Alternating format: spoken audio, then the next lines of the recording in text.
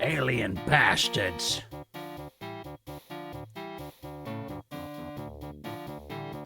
But, so I did recordings of this earlier this year. Just playthroughs, you know, UV Max. But I thought it'd be nice to have the CD quality Sound Blaster Pro audio.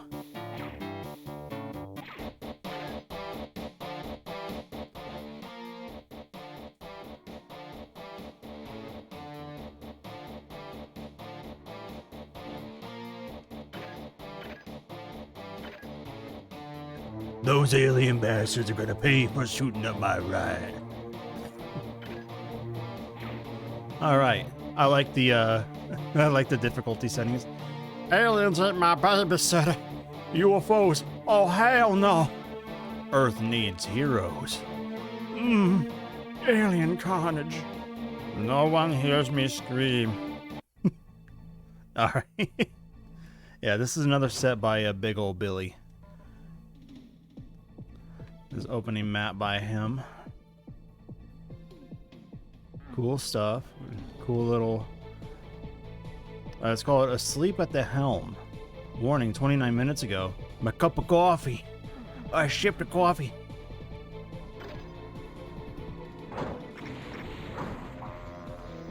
Uh-oh. They're shooting on my ride. Why are they doing this? Ah.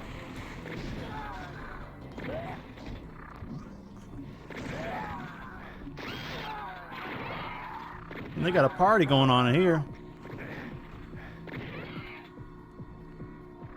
Yeah, this is an awesome set. Get out of the shitter. What are you doing in here? You're ruining everything. Stop it. I like that the health items are ice cream sundaes and basket boxes of, oh no, I was gonna say it's chicken. No, it's just a Happy Meal. Or something like that. I died. Yeah, I'm in. Oh yeah, sweet, a flamethrower.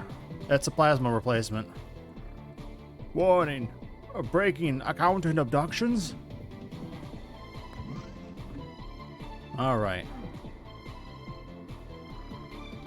We're not going in here yet. Need a yellow key to activate. Oh, it's right here.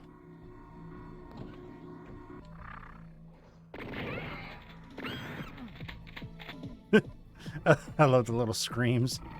Oh! I forgot we had arachnorbs. And they're basically the, oh, jeez. Yeah, they're basically the, Duke 3D, whatever they're called. The eyeless pinkies. That did a lot of damage. That's a 20. That's supercharge.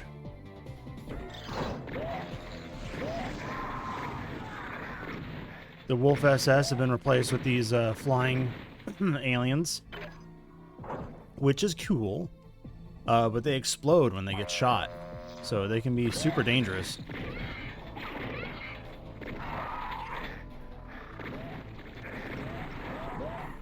Got little alien chain gunners.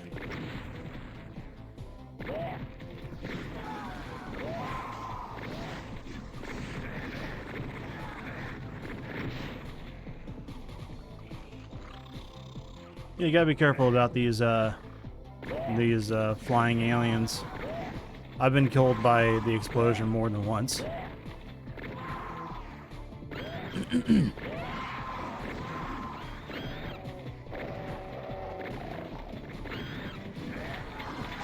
Ah!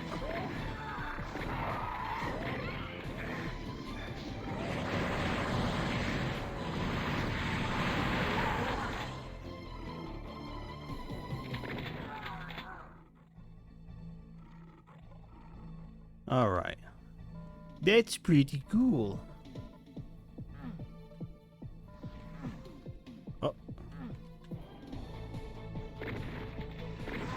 The fireball sprites in this one are a little weird. Here we go. That raises these.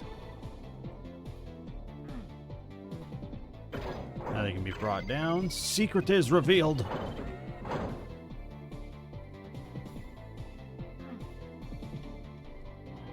What's going on here?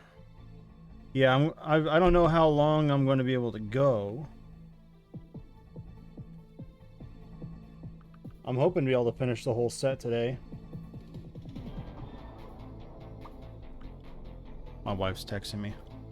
You try to play Quake Champions, but your PC is nowhere near good enough. Yeah, Quake Champions isn't exactly the best. I mean, it's the best Quake option you got today, and the most recent. I mean, I guess Quake Live. I don't know how many people still play that, but that one's basically Quake 3 Arena. But yeah, Quake Champions. I played it for a bit. It's cool. Oh yeah, the fist has been replaced by the ninja kick.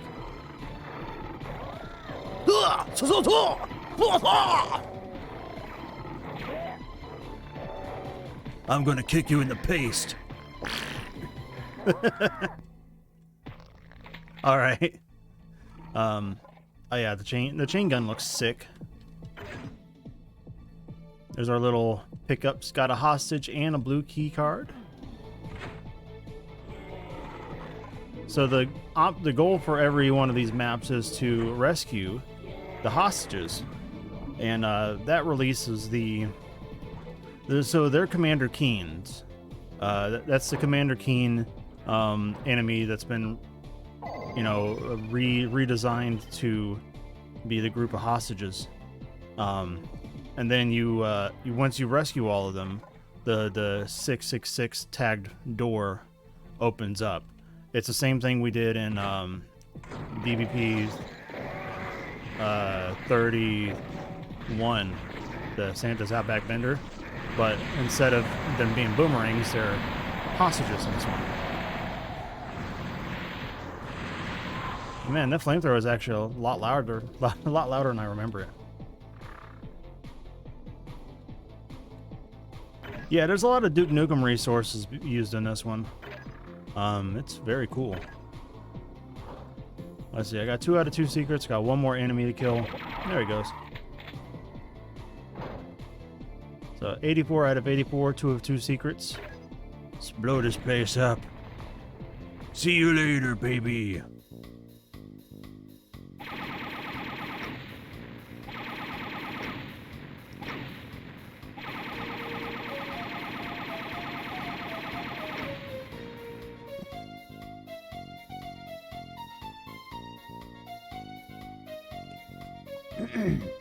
Absolutely.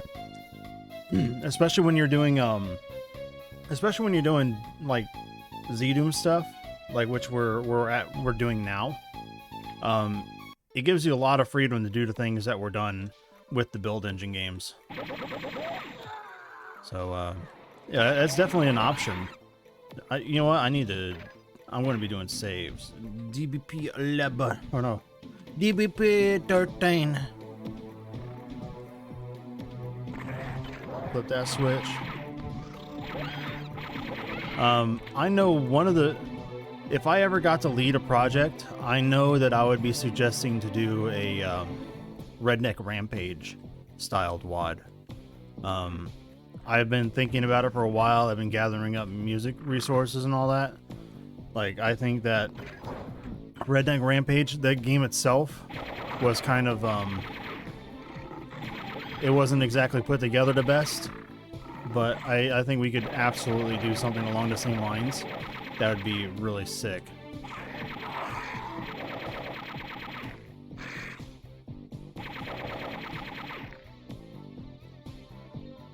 My whole thought would be the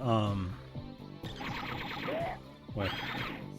Hillbilly Hullabaloo. Yeah, or mine was going to be what was the name going to be? Got the double chainsaw, straight from Doom 64. What was it going to be? Shit. Why can't I think?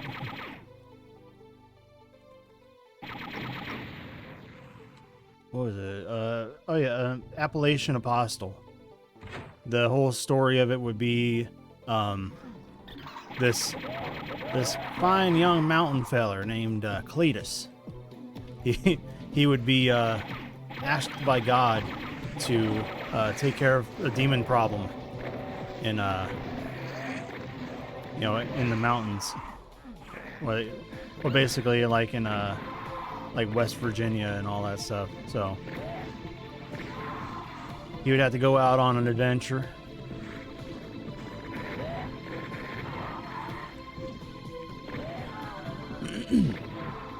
God, I got something stuck in. I don't have something stuck in my throat. I'm just I got a lot of muck and gunk.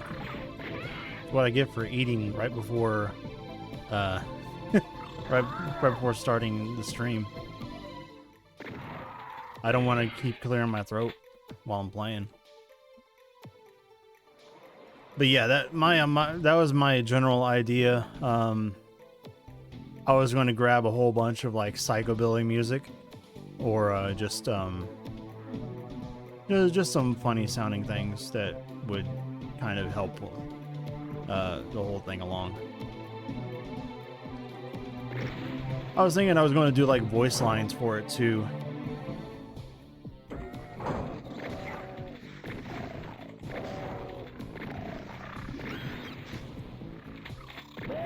No. Oh, okay. You're a friendly. Oh, get me out of here. Get me back in there.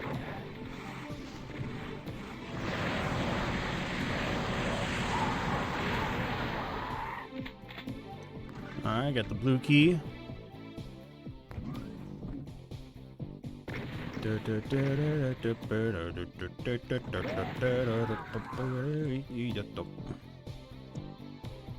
Let's see, what was I looking for?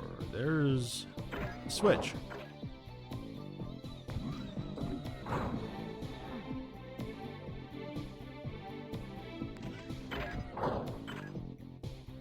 Oh, that drops that one. Okay. How did I get back up there?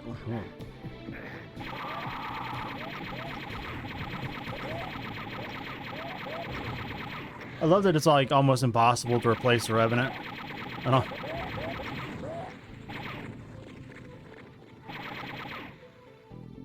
It's practically impossible to replace this damn guy because he's so good. He's such a perfectly designed enemy. I thought there was a switch up here.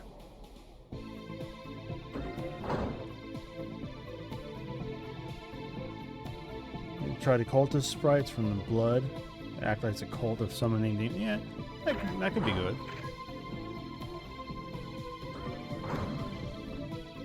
Why am I thinking that there was something in here? Yep. I've done 100% completion on this. I forget some things.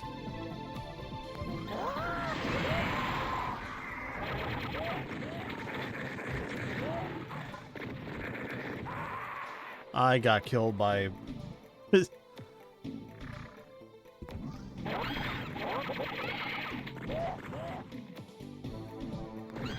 What's the lore of this wad? I honestly don't know. What is the lore of this? Is there an F1? Yeah, I guess, the lore is that you're a hero fighting alien bastards. It might just be as simple as that.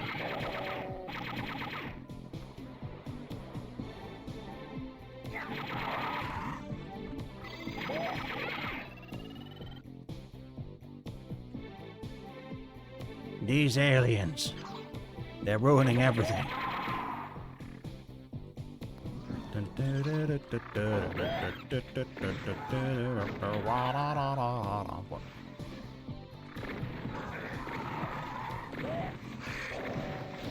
I don't think I ever finished my thought from earlier.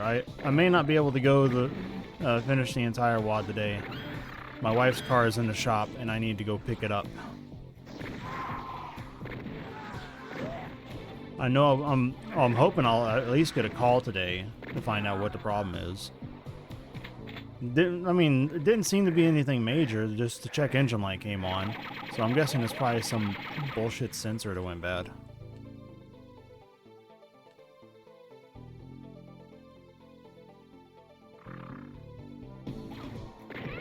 Hey, Scrang. Alien sold the accountants for... Now you have to go get them back. There we go. There's the lore.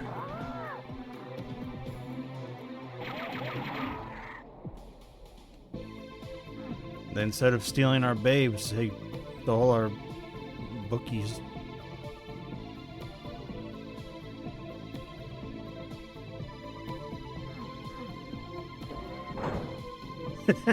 Yeah.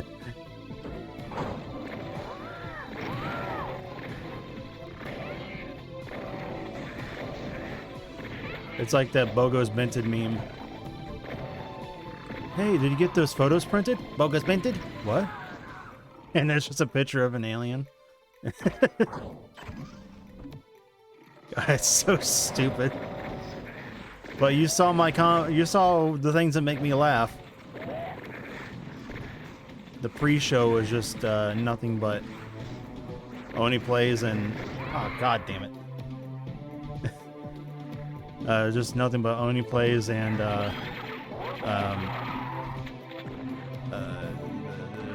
Vine Sauce animateds.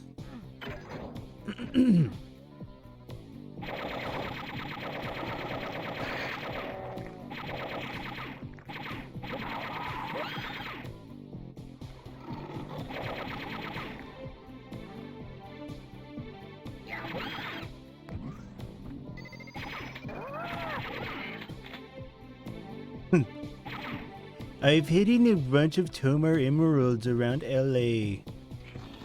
Hopefully my friends can go find them for me. Oh, Jaxie. My loving, beautiful wife, Jaxie.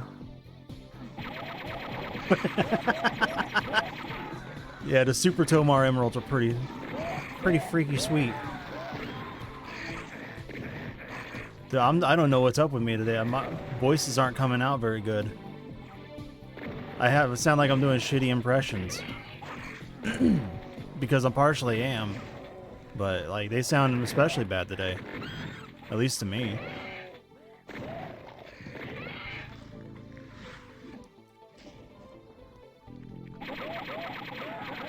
Oh yeah, the chain gun in this WAD is like one of my favorite chain gun changes in the DPPs. It's really nice. That's a chef's kiss.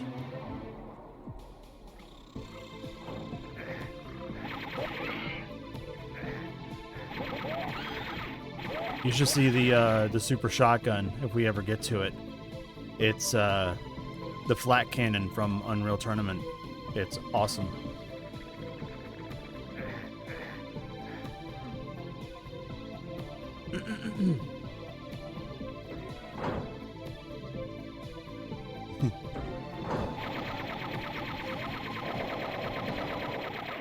Alright, I had enough ammo for that. Whip! Get out of here! Leave me alone, freak. No. No! I refuse!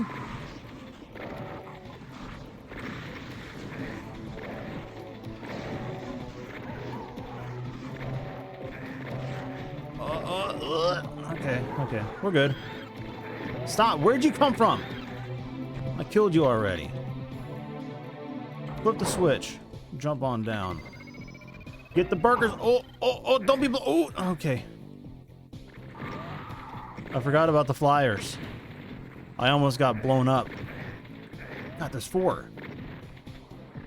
Okay, I gotta get the berserk that's up there without getting... I got! I was gonna say I gotta get it without getting got, and I got. Right when I was talking about getting got. Stop! Leave me alone. For 1 second. Who made this map? Was this another Billy? I don't know if this is another Billy map or this is... I need to pull up the mapper list. Hold on. I'm actually going to pick the... I'm going to pull that up right now.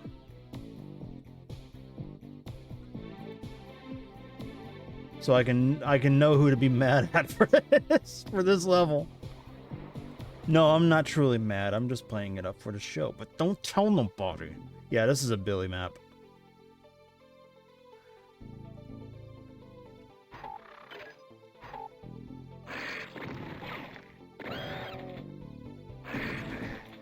Octobrains.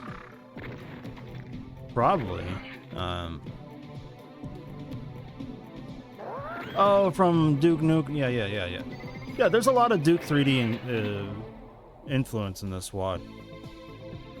That's why I had to put the high quality Sound Blaster Pro sound font on this one. Even though all my recordings are done with an OPL sound font, which sounds like old PC chips. Oh, another idea that I had, I wanted to revive Blake Stone. If you've never played that, it's an old school Apogee game. It's a Wolfenstein clone. It runs off of the Wolfenstein engine, and it's set in space with aliens and all that stuff. It has a really cool, like, kind of James Bond kind of theme to it. But, I mean, yeah, instead of solving problems on the planet, you're in space, or you're on, like, moon bases or whatever, and you're fighting aliens. I remember going to my grandma's house, and my grandpa had that loaded up on his PC. And I was so into it. Apogee were a mix of 3D Realms. No, Apogee was bought by 3D Realms, I believe. Is that right? I remember Apogee and 3D Realms being pretty close together. I don't know if they became 3D. That could be true. I'm not entirely sure about it. I know, I thought Apogee was mostly a publisher and not a development studio. And I thought that Apogee had a hand in Rise of the Triad.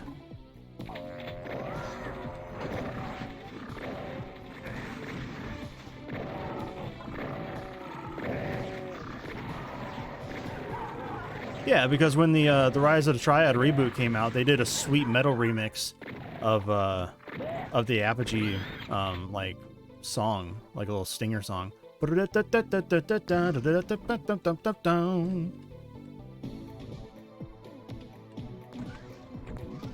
Apogee, creating games based off other people's shit.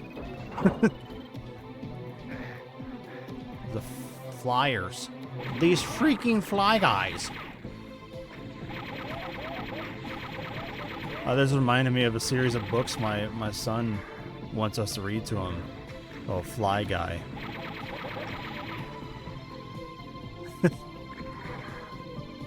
Gerald is a boy who has a fly for a guy.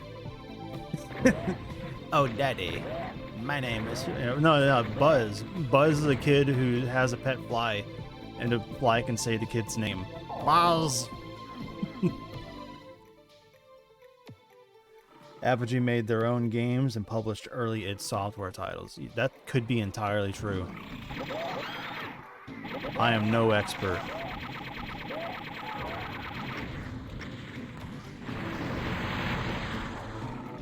Oh, no. Got a hula hoop. A rocket hula hoop.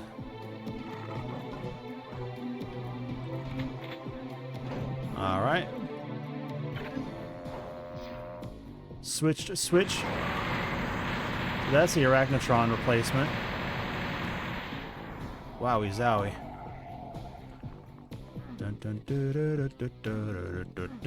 I know if you go over here, it drops a... I thought...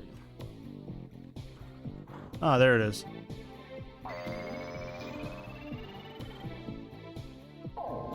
Yeah, invulnerability. They got a blue armor.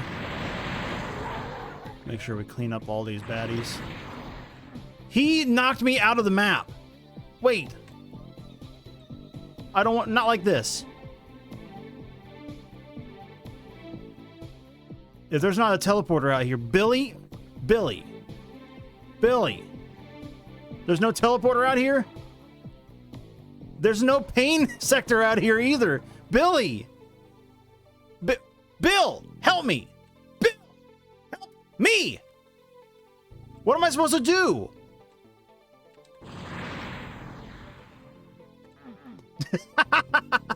Hey, go back to your WAD you released 2 years ago and fix it for me, Bill. Good thing we have id clip.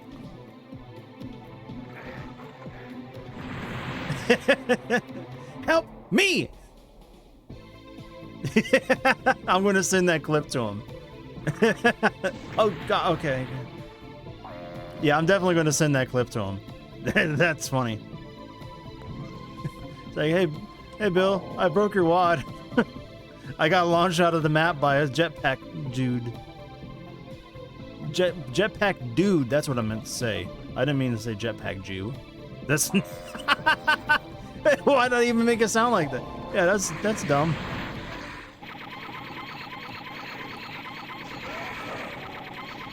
So these are the pain elemental replacements.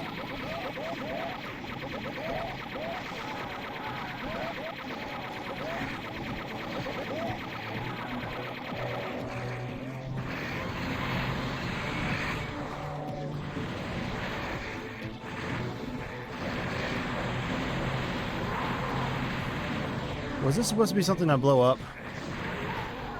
I can't remember.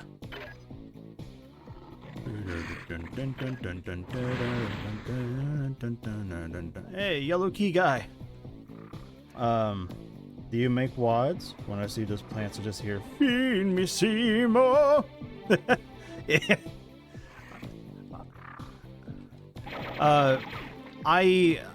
I make maps. I don't know if you could call that making WADs, but I mean,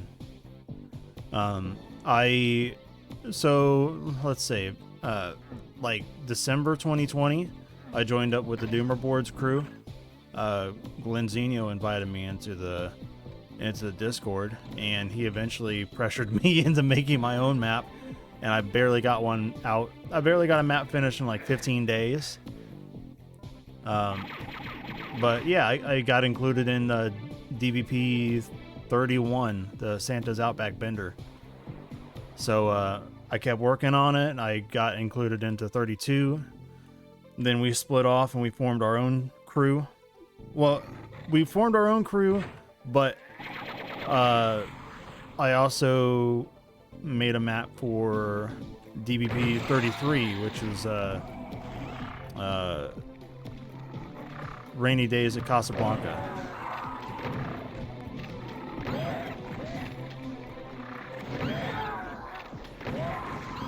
So now we're finishing up DBK1, which is the Doom Builders crew, or the Digital Barge crew in this case. Yeah, it's our new set is pretty close to being released. Yeah, this is this super shotgun sprite is amazing. It's the this is the flat cannon from Unreal Tournament. That's what it is. All right, 123 out of 126. I have a feeling there's an arch file in this map. What did I say? I'm an idiot. Why do I say things? I'm always right.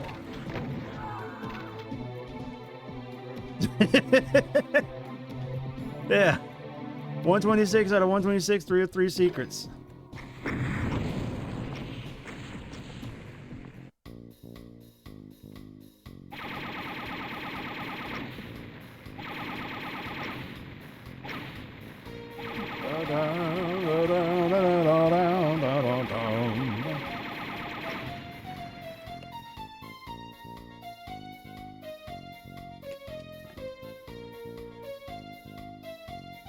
Oh yeah, it's a really good set.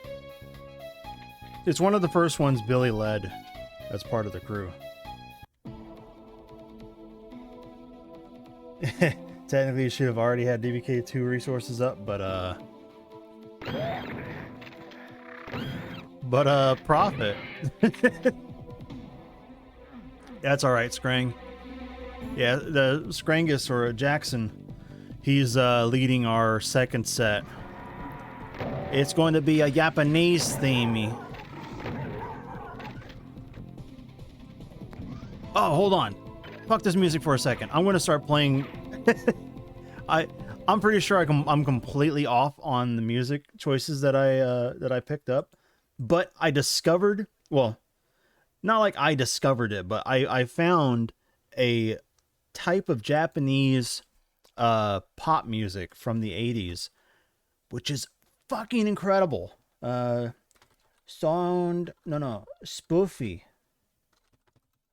Open up the spoofy. Look at the official site. Did you guys make Duke Nukem maps? It would be amazing. I mean, it's possible. You should check out DBP14, which is what was the name of it? I believe that's called World's End. 14 After the Fall. Okay, After the Fall. It's like basically society has crumbled and all that's left is like a wasteland.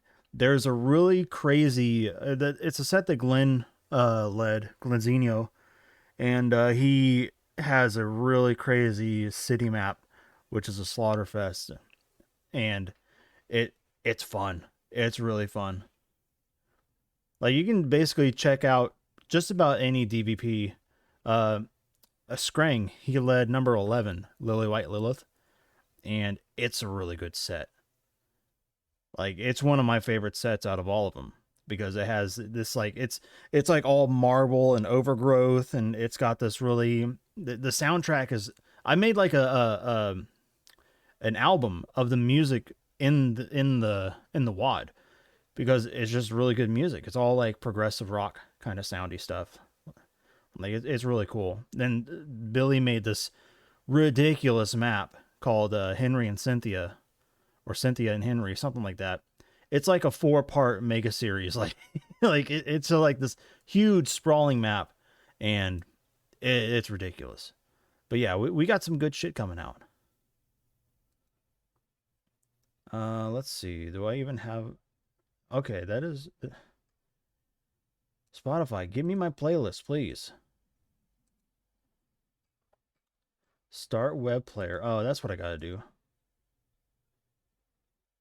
You don't own any Doom games? Can you add WADs too? I mean, you can get the WADs. You can find, like, just go buy them on Steam. Like, you'll get all 4 of the main iWads for Doom for like $10. You can grab Doom 1, Doom 2, Plutonia Experiment, and TNT Evolution. So once you have those WADs, those are like the core of which you launch other WADs from. So you grab one of those we basically use Doom 2 for most situations. So you direct your launcher.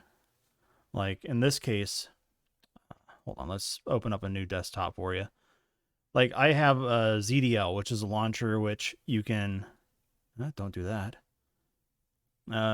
You can set up all these different source ports because, I'm using GZ Doom right now to play this, but it's the one that has the most features. It's really easy to use. It's baby's first source port.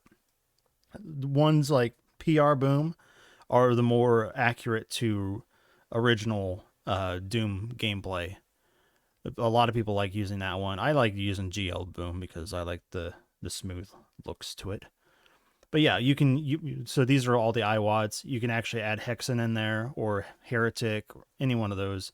But yeah, you basically use one of these as your foundation, and then you can add, I have a whole folder of WADs Like these are all ones I've completed so far.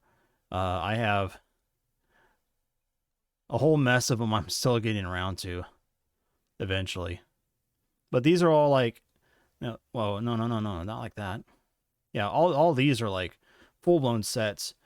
Like I would highly suggest if you really want one that's fun, check out Valiant. Yeah, you can get all the Doom games. So what you'll do is you'll find Doom on the store. There's Ultimate Doom for $4.99. And then you bundle them all together. Okay, you get the Doom Complete Classic set for $15. Just grab them all. It's worth it. I'm telling you, it's worth it. You can play these by themselves, or you basically have these. You grab one of your source ports for Doom. But yeah, once you grab one of those, you download it. Let's see my list. Yeah, once you download it, once you get it installed, you'll go to your Doom folder. Let's say, whatever, I've got them right. I've got them in here. So you'll go to your Doom folder and you'll look for, doom2.wad. You just want that file. You don't want anything else. Like you can go download GZ Doom. You can download Z Doom, GZ Doom, whatever. Just download one of these versions. Once you get it installed, throw it in a folder on your desktop. You don't even need to do an installer. Then throw doom2.wad in there, and basically you can launch. Yeah, you can even set GZ Doom to automatically launch your WADs. So that's what I was doing for this one. Like, let's see, Eve Eternity is another really good one. All you gotta do, I gotta change that sound font.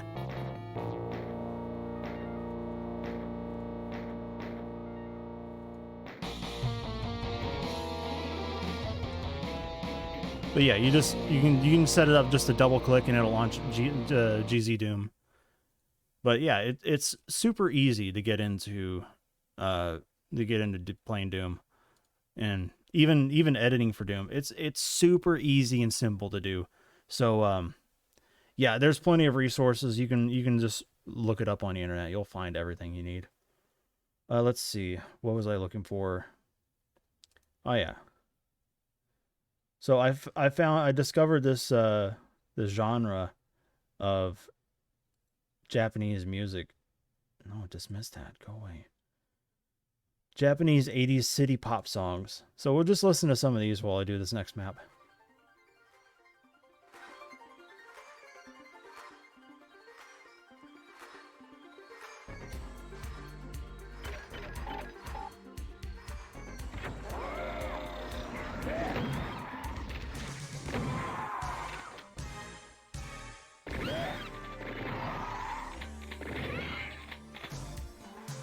There's something about this music that just hits differently.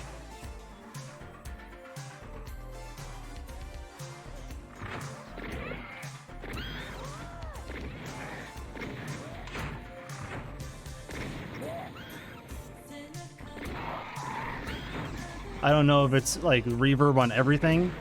I don't know if it's just like the tones. You can barely hear it right now. Hold on. Let me fix this.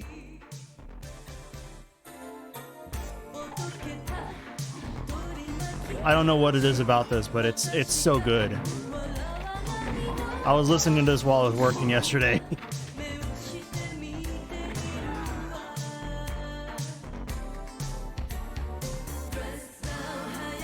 I would love this to be the basis of all the music in Scrang's DBK set.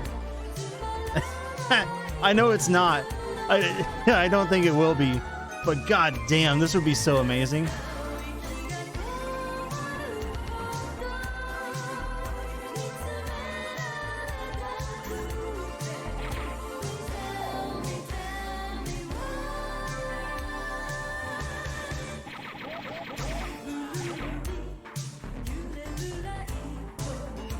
There's just something about this, it hits different. It's so fucking good.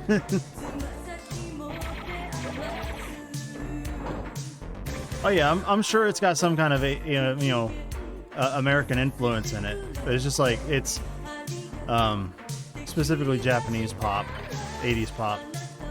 This was a really good room. This is a map by Walter C. He a really cool idea to have the lights come on.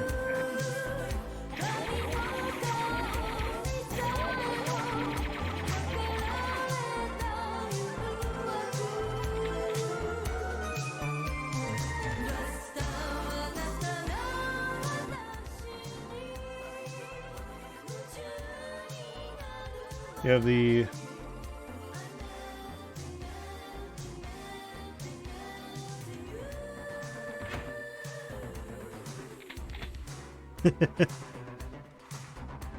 wait, what is the progression? I'm lost. Oh, no, not that one. Oh yeah, I gotta get that. Get them humans over there.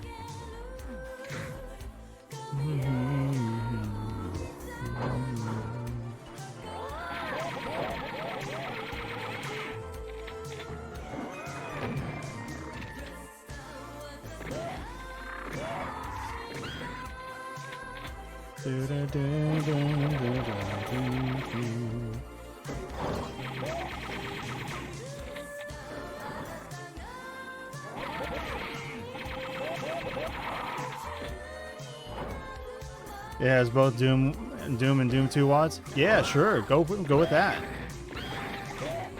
There are very few wads that require Plutonia or TNT. It's just nice to have those anyway. And I'm pretty sure, I wouldn't say 100%, but I'm pretty sure you can find those things for free. The Plutonia and TNT wads. I don't know if Free Doom has them. Yeah, just copy them and put them into your GC Doom folder.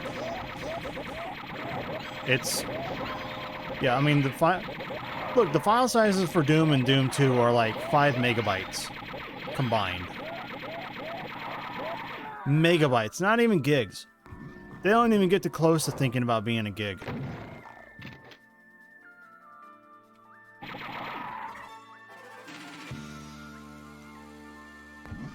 Oh, this track's sounding killer. You know what it is? It's the lo-fi sound of the drums that make me think it sounds like Dragon Ball. Listen to these drums, man.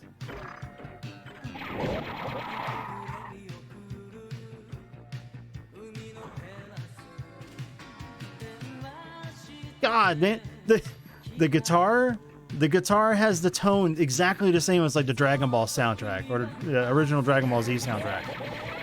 And the drums are just the right kind of lo-fi hit. I told you, this shit hits differently, man.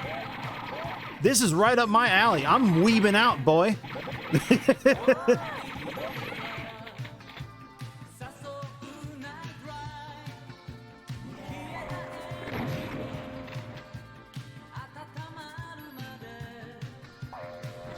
Get out of here. Leave me alone, master.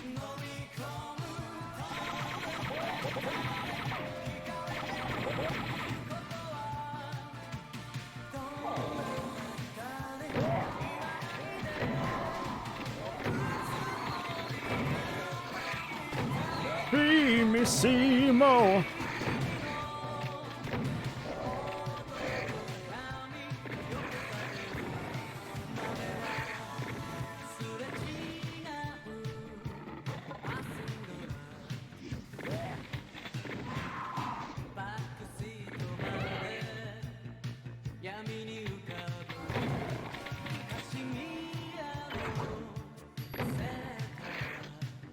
And these guys are kind of hard to see.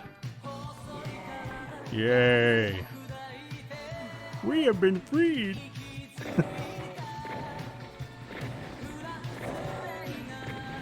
Do I get a rocket launcher in this level? I feel like I should have had a rocket launcher by now.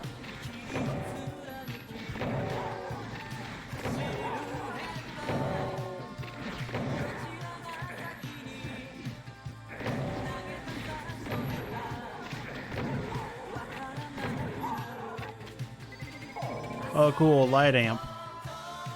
It's exactly what I wanted.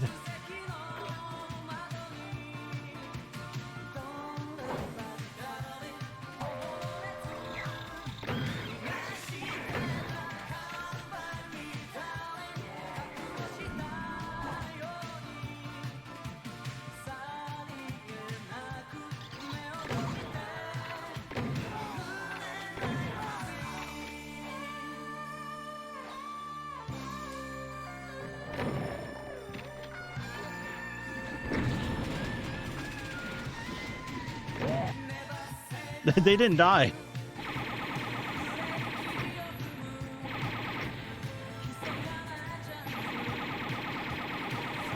Oh well, we're not getting the UV max on this one.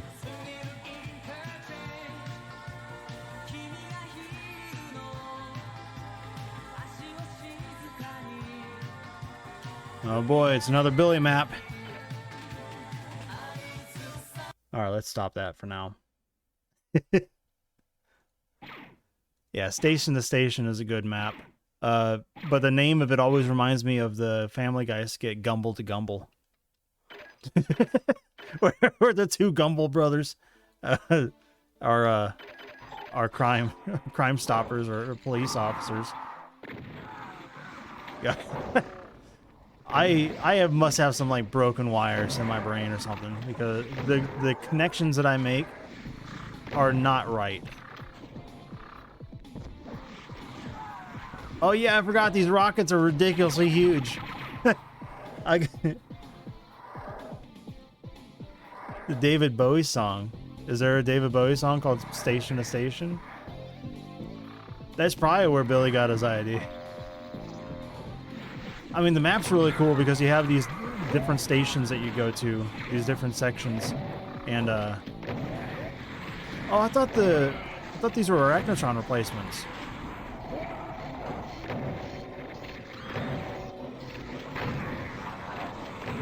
What do those even replace? Do they replace Barons?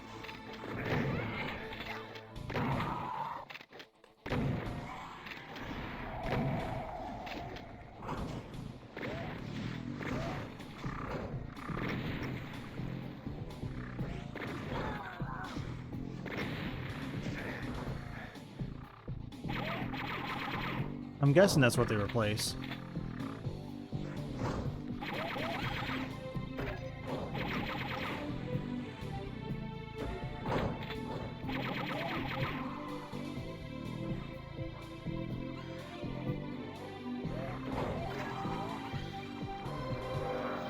Yeah, those are Hell Knights. Oh no!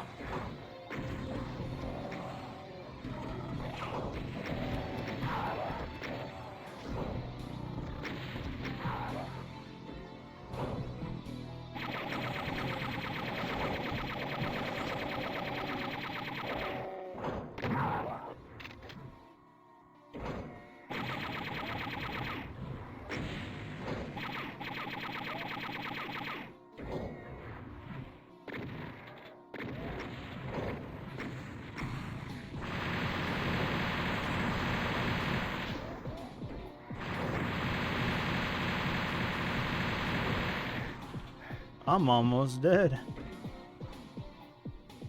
Shit.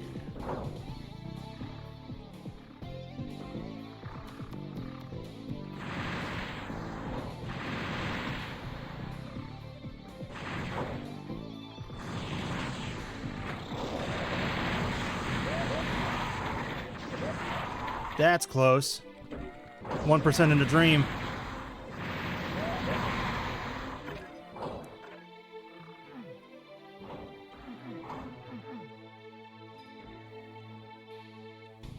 Where is the... I thought there was a shootable switch. Oh boy.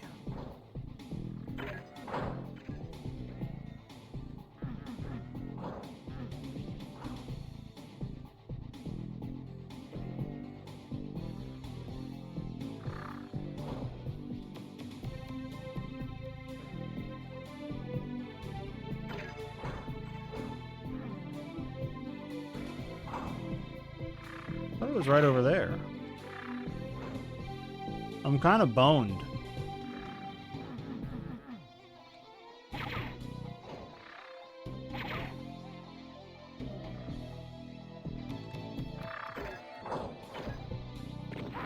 Yep. Oh no! I forgot to save.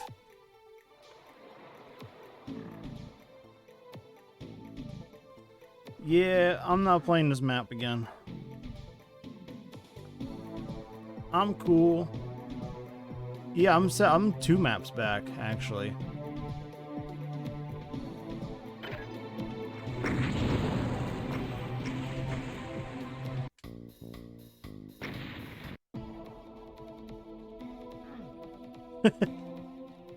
Excuse me, just a second.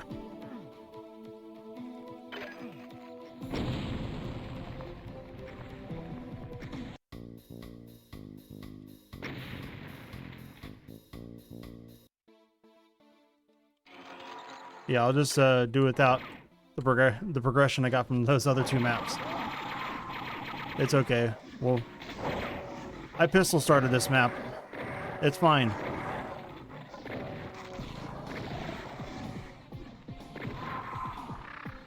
It's totally possible to do.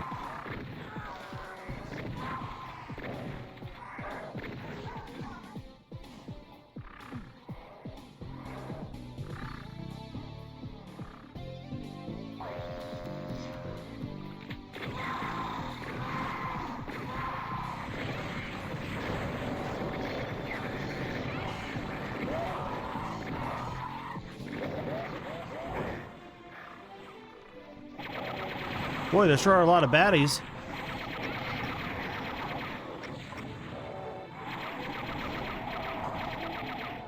I didn't realize I was as low as on health as I was.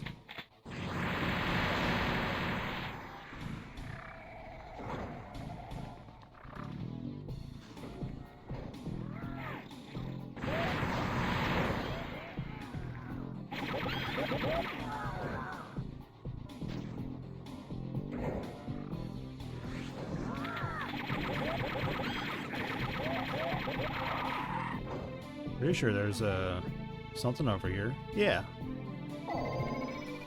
Megasphere. Not a megasphere, supercharge. Close enough. Alright,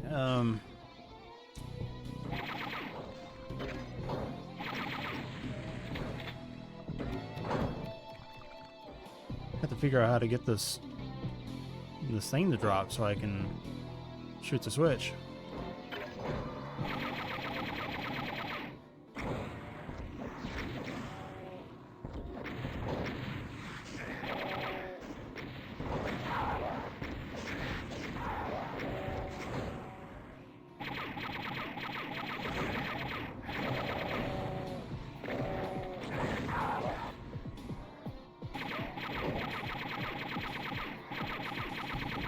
Come on. I gotcha. I gotcha. I know. Please. Please. Okay, thanks. Okay, we're out of there.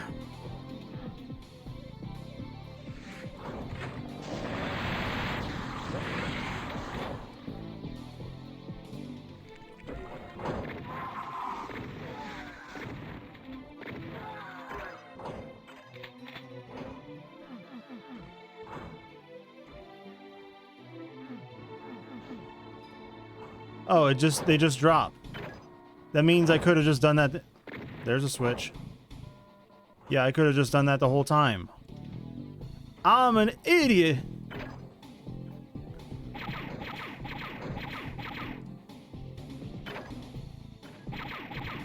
There we go. Finally hit it. I'm a big idiota.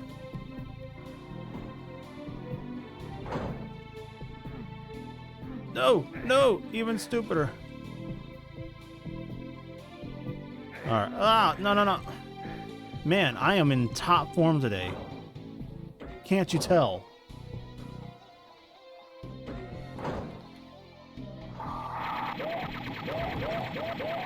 Brown skeleton. Ugh. It's really the only comment I could think of. Brown skeleton. Yeah, I'm in the tippy toppest form. I'm so funny.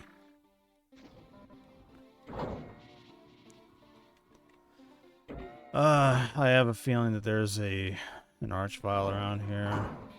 Well, I know there is one, I just forget where.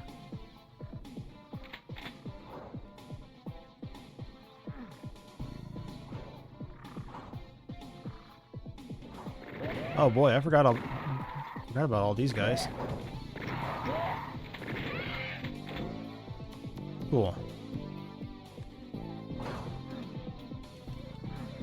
There he is.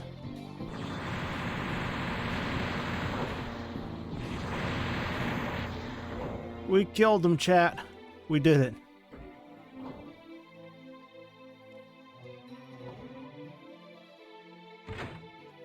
Save those people. Well, when did those... Oh, I gotta hit that. Okay. Now I can leave. Alright, on to the second one. Maybe I should have saved when I started this map. Oh, this is the fun one.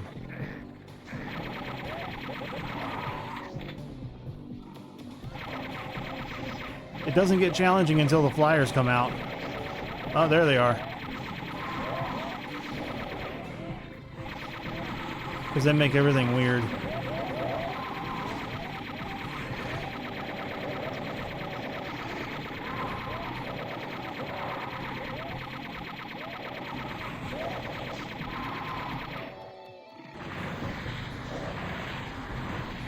So this might have been the map where I got killed the most by flyers.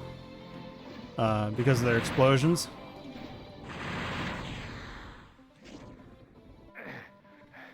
And I think this was one of the maps that had the last secret I have found in the set.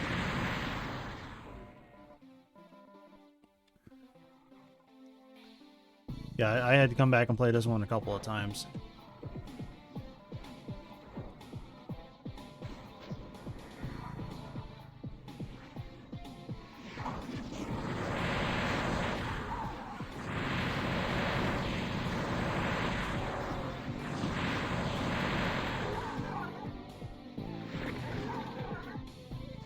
Hamburger.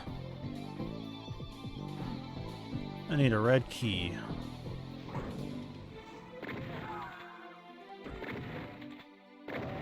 Hey, make room for me, buddy. I want to come up there.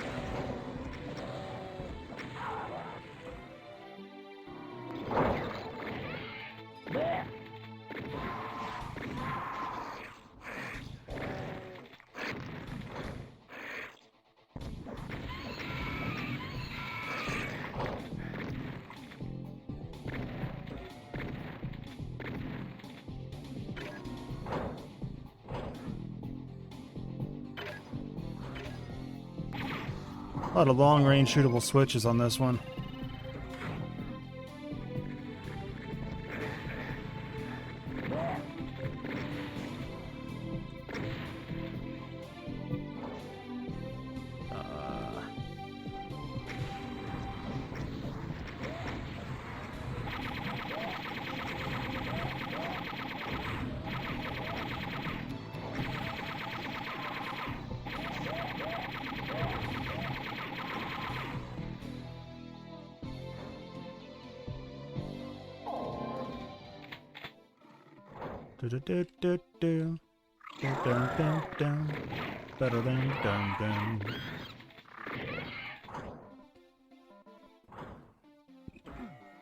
Really good song.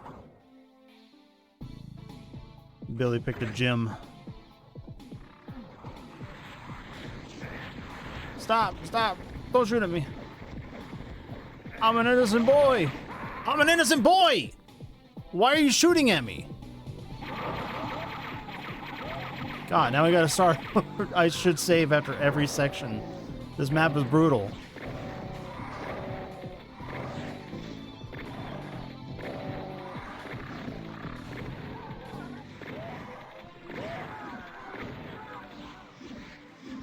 I'm concerned that I haven't got a phone call yet.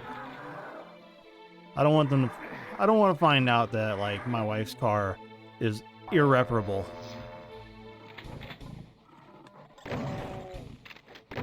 Like, oh yeah, you driving the mile it took to get from your house to the shop. Yeah, that was the last mile that this car will ever drive. I would hate myself if that was the message that I got. Like, why did we have that kind of luck?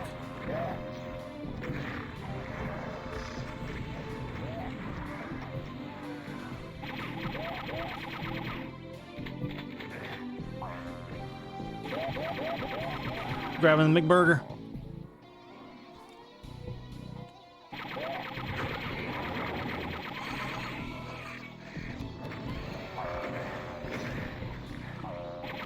For what appeared to me to be, you know, just a simple, probably a sensor failure.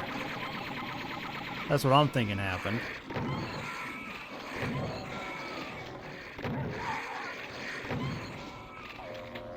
Because, I mean, the car drove just fine.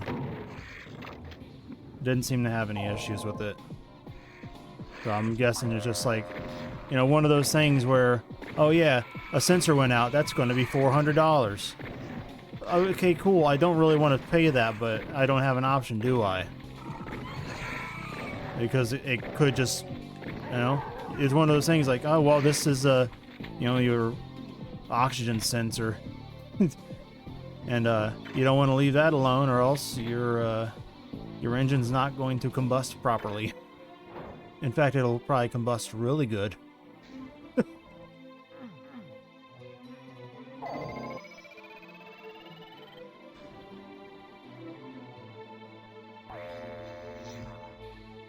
Nah, we've been talking about getting new cars for a while, and just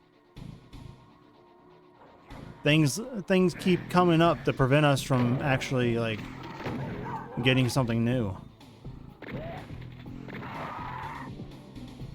So I'm glad to have DBK1 kind of over with, so that I can set these last 2 months behind me. Like, it's not like they've been bad months, but man, they've been active. More active than I would care for them to be. Because we had the sewer repair that we had to do.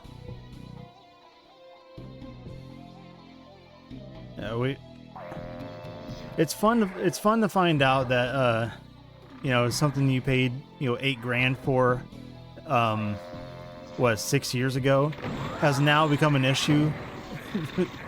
Has become an issue now, and the guy or the company that, you know, got it wrong in the first place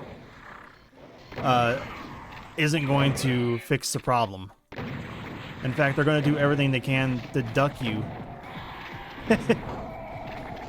Like, yeah, if you guys don't know this saga, oh man, yeah, this is like in 2016, or like, yeah, it's like 2016, like the year after we moved into our house. The city decides, hey, by the way, nice house you got there. It would be really bad. It would be really nice if it was hooked up to the city sewer. Like, wait, we got a septic tank. We're totally fine. No, you have to get on sewer, and you have to do it. You don't have an option. City's making you. Like, oh God, okay. Like, we had just like dumped our lives, or basically our life savings, into buying a house.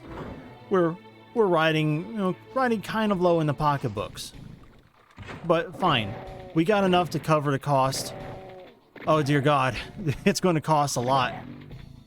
And we're going to be, we're almost at the point of living the paycheck to paycheck for a significant period of time because of this undertaking. So fine, whatever. We get it done. In the end, it'll increase our property value. That's fine, whatever. So we do it, and oh man, the company that I hired was working on like 3 other houses on the same street, 3 or 4 other houses. I mean, they were already in the area. They already knew what job needed to be done, So I thought, okay, I'll just hire these guys. They're here, you know, and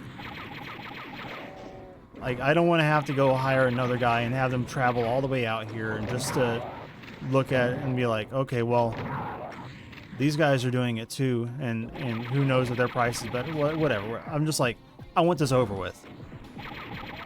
So I talked to them, and it's like $8 grand out of pocket. Sucks. I could have bought a decent car with that.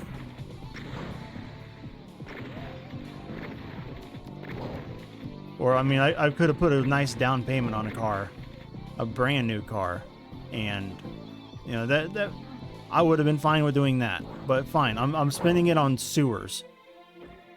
So these guys get to work, and they suck. Like every morning, these guys are leaving all of their fucking McDonald's shit all over my porch, and they destroy my walkway. I have like a concrete walkway in the back. They chop a square, like chop a section out of it so they can run pipe through. And yeah, they destroy a section of the walkway and leave the other part by the fence. So there's just this. It's like a kid that lost their first tooth. But that's my walkway. So I got a big gap of just dirt and not even like grass, just dirt. I mean, it sucks. But these guys do the job, and I asked them specifically, like, hey, if you guys have something to do in the other houses at around like noon, just go ahead and work on those, because that's the time that I put my kid down for his nap. He's like 2 years old at this point. Not even 2. He's like 1. So I'm like, hey, if there's any chance you guys could just like not drive the backhoe into the backyard around like noon. Like the site manager, he's just like, oh yeah, that's no problem. The next day, the literal next day, my kid set him down for a nap, right past his window. Like, holy shit, man. I asked you to do one thing and you couldn't fucking do it. And you said, yeah, no problem. Absolutely. Oh my God. These guys pissed me off to no end. But fine. Fuck it. Whatever. They got the job done. So they hook up the sewer pipe. They're like, yeah, we'll be back tomorrow to fill in all the dirt and everything, you know, to do the finishing touches. You can pay your other half then, because I paid half up front and half at the end at the conclusion.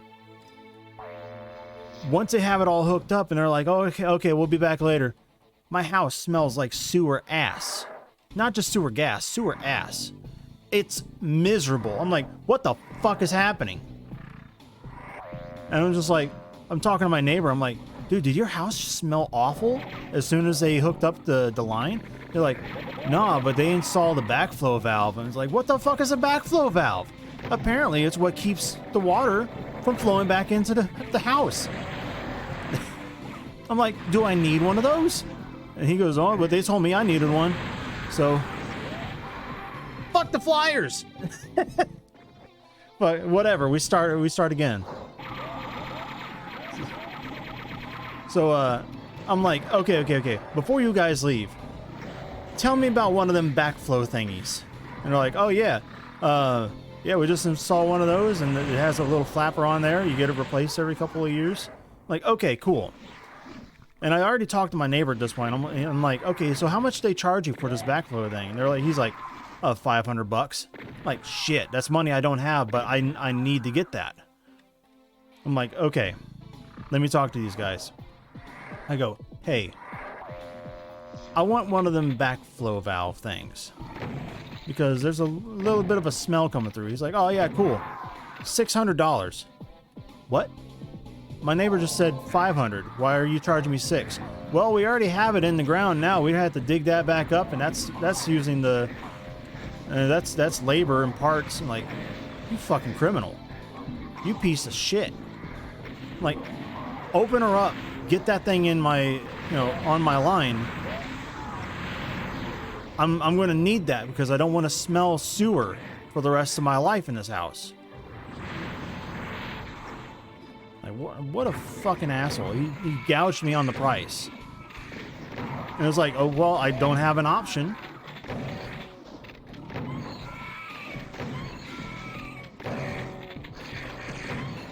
Ugh. So yeah, they put that in. It's over with. I pay it. I was like, fine, fuck, whatever. I'm done. I want it over with. This is my only goal. I want this done.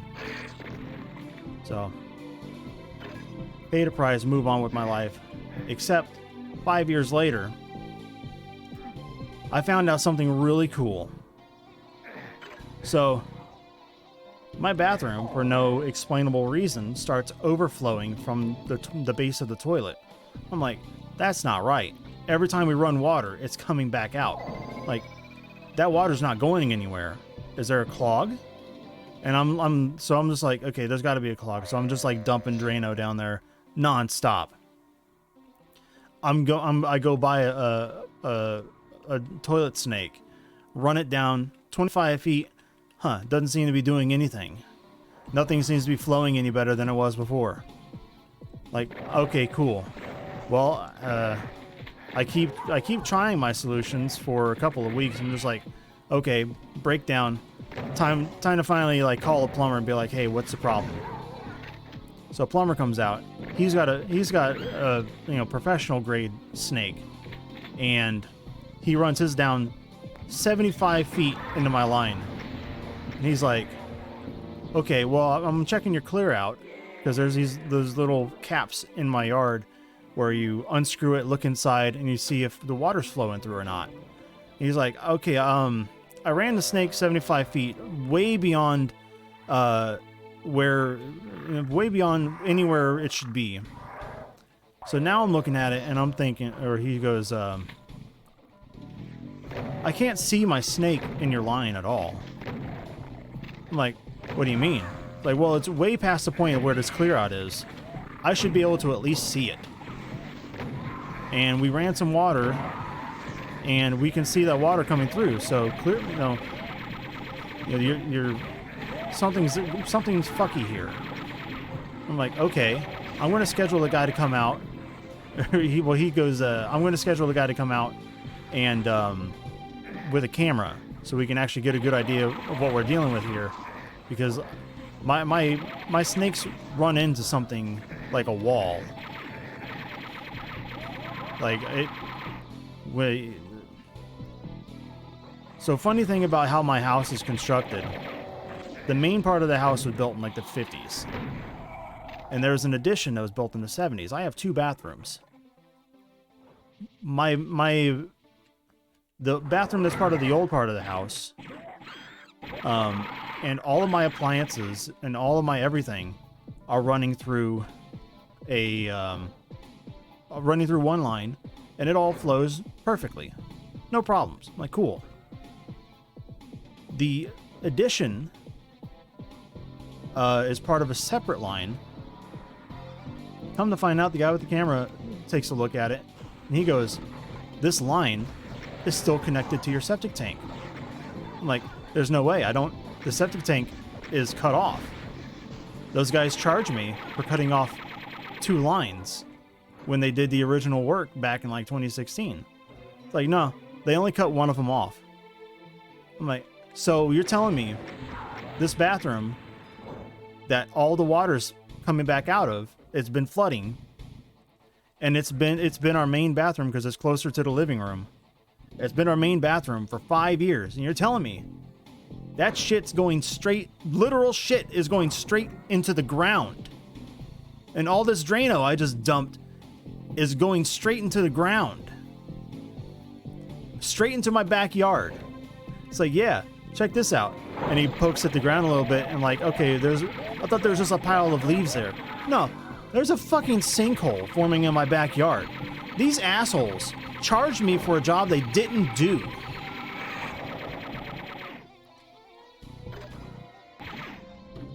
And now it's destroying my yard. In more than one way, it's destroying my yard. And it's now a huge problem. And I'm like, no, this ain't cool.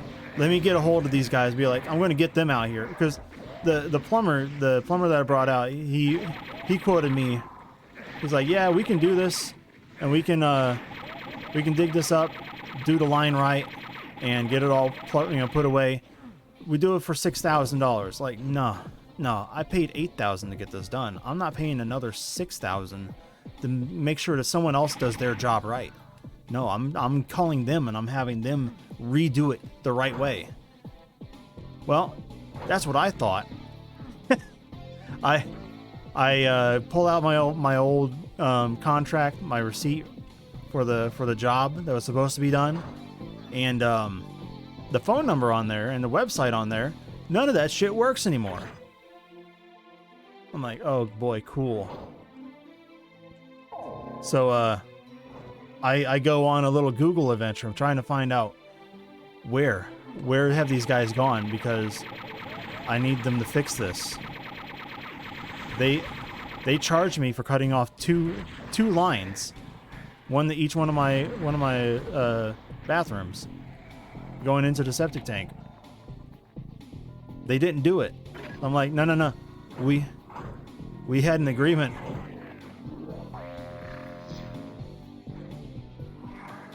Hostages remain. Where did I leave them? In here.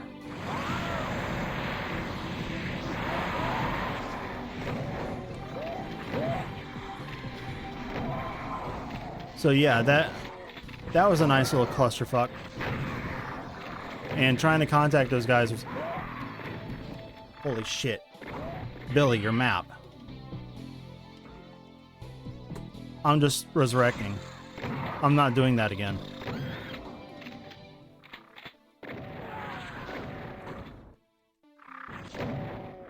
So yeah, I eventually tracked down the company. It's under new management. And the new manager, the new owner, he comes out. He comes out to my house. And he looks at the line, and I tell him the entire story.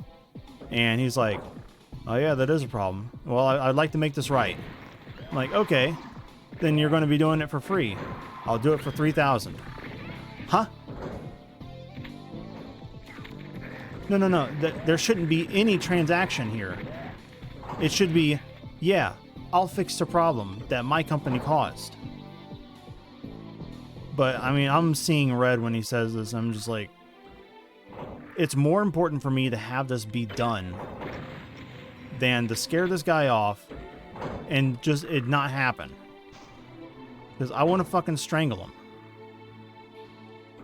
But, you know, civility overtakes me. So, I'm like, okay, fine. Send me the bill. Just...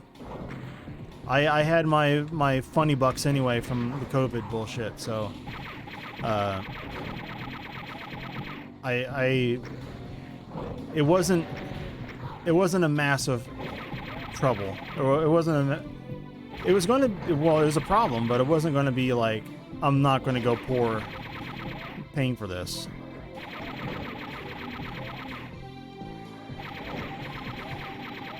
So, I'm talking to him, I'm like, okay, just email me a bill and then I'll sign it off and or a contract. We'll sign it off, we'll get it done. So, what he actually quotes me is a price between $2,800 and $3,400. Because he doesn't know exactly how much it'll cost. I'm like, fine, I get it. These things happen. So just send me whatever you got, and I'll take a look at it. So he sends me the bill, and it goes anywhere between $3,800 and $4,500. Like, that's not... I immediately shoot back, and I'm like, this is not what we discussed. This is... You told me 28 to 34. Why are you sending me a bill for, like, another half on top of that? And he's like, oh, I'm sorry. I sent you the wrong customer's bill. Let me get right back to you with the... I'll pull over... Like, I called him and told him this. And he goes, okay, I'll pull over to the side of the road right now and write you up a new contract, and I'll have it emailed over to you. Like, okay, cool. I still haven't gotten the call back. That was in February. Yeah. That was in February. This guy ghosted me because I called him out on him trying to scam me out of money. So, yeah, he completely cut all ties to me. He stopped responding to my calls. He cut off his phone line. Yeah, he literally cut his phone line off in order to not respond to me. We did some digging and found his Facebook profile. And he made a vague post being like, oh yeah, time to cut some costs. Like, man, I've been saddled with nothing but pieces of shit when it comes to dealing with the sewer line, man. And I guess I should have known better than to trust the same company to fuck me over in the first place. This guy, he completely ghosts me. He doesn't respond to the BBB complaint that I gave to him. He just took it.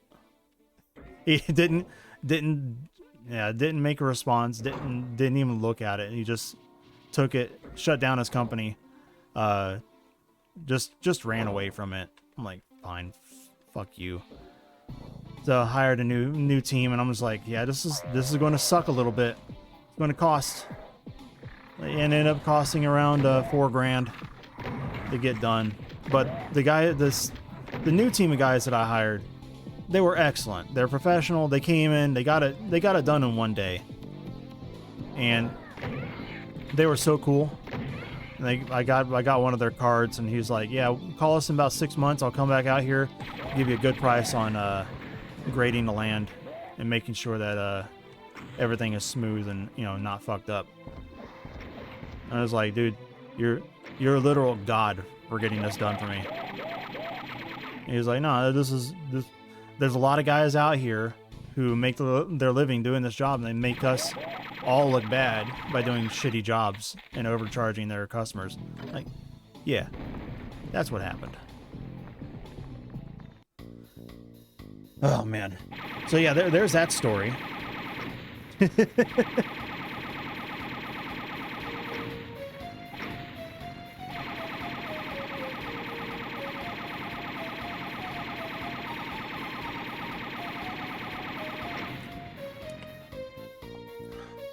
It was a nightmare. But that's what I dealt with for the first 4 months of this year. So I'm glad I have that completely behind me. And now I can look forward to, making the rest of this year actually count. Well, okay, so that covers the story from like January to March. No. Yeah, to March. And then in April, like 3 days after my birthday, I catch the Rona. The first half of my year has sucked. Yeah, I caught Corona. But clearly I survived. I survived the most threatening disease to ever hit American soil in the past 20 years.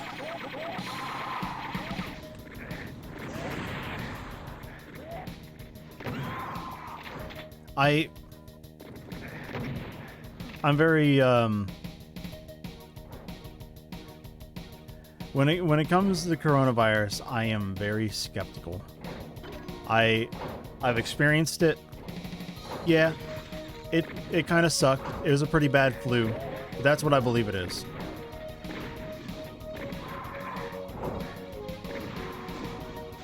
I believe it's a flu. I believe it is politically expedient. Like the energy of the first former, there's something wrong. The snake shouldn't ever go this far. Yeah, he ran it down. He's just like, yeah, and he was he had a Spanish accent. So, the snake it shouldn't go this far. I just don't know. I can't see it. I just can't see it. It's too far in there. I never put it this far, and I can't see it. And so he's just like,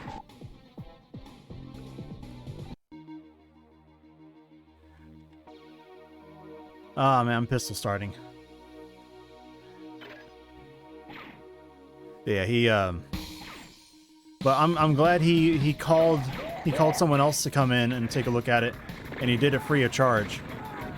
That was actually really nice for him to do, because these camera deals, it costs a lot to get a technician out. He was just like, the only thing you got to do, you take the toilet off of the you move the toilet so that we can get access to the line. Oh, I'm sorry, Manticore, I didn't even see your original comment.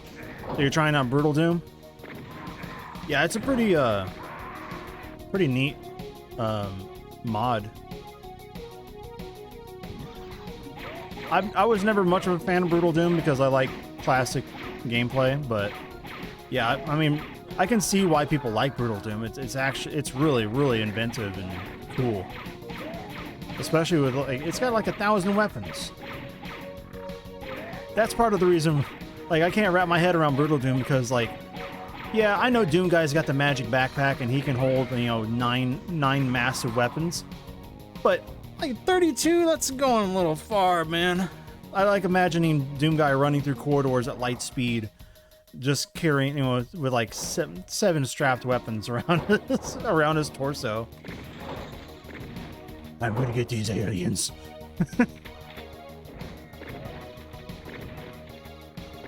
Or have you ever seen the Doom comic book with Flint Taggart? Was it Flint McTaggart or whatever? Oh God! Oh, whoa! I'm out of here. Who made this? Some sadist.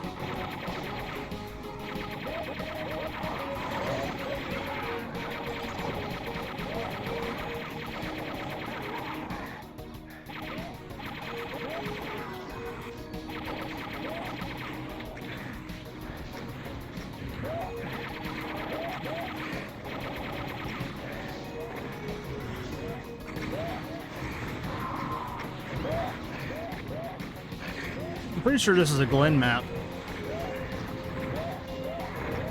Or no, was this ThunderCon? Or DMDR? No, it doesn't seem like a DMDR map. It doesn't peel open like a onion.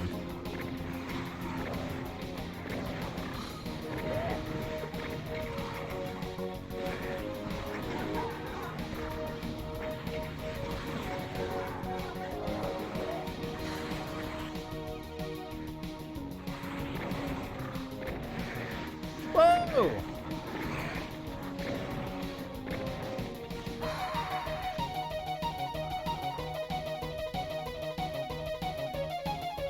Oh, Doom Cure Dave and Big Ol' Billy. Yeah, Dave. I remember Glenn talking about Dave.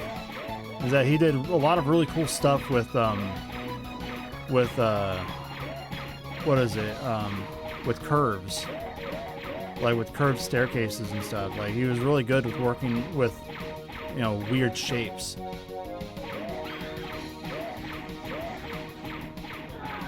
And he just kind of disappeared one day and never came back.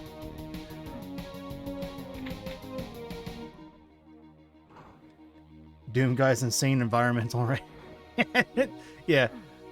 Just Doom Guy running around in circles, killing monsters, screaming about the environment. Ah! And then they didn't fix my sewer!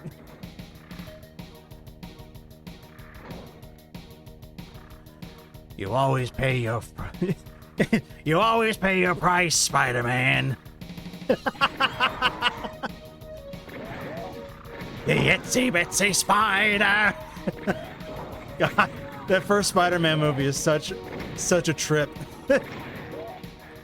Willem Dafoe is forever my favorite movie villain.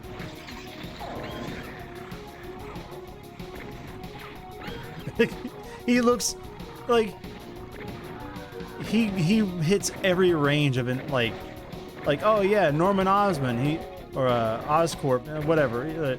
He seems like a pretty well put together guy. Yeah, respectable dude. And then at the end of the movie, he looks like a complete basket case.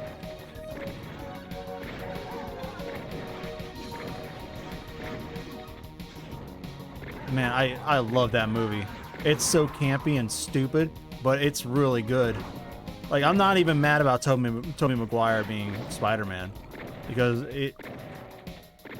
he does hit the Peter Parker, you know, awkward teenage angst, you know, just about perfectly.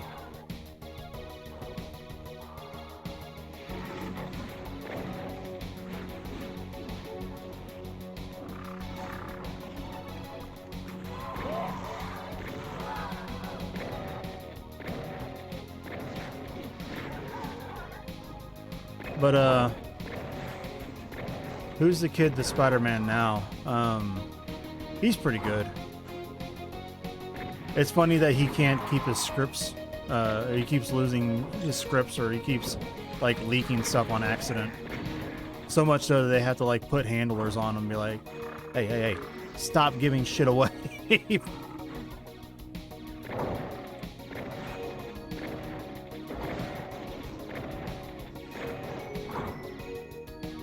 Not Andrew Garfield.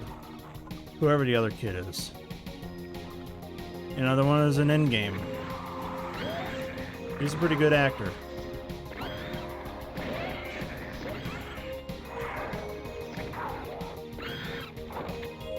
I like their screeches.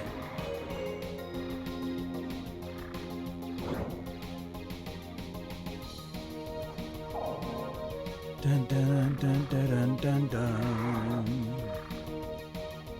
Dun dun dun dun dun dun.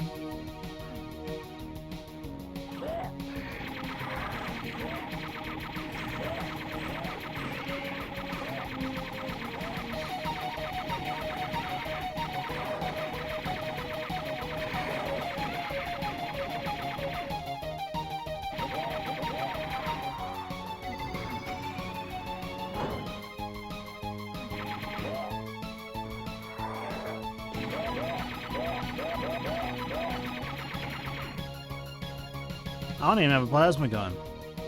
Thought I did. Oh, now I do. Never you mind.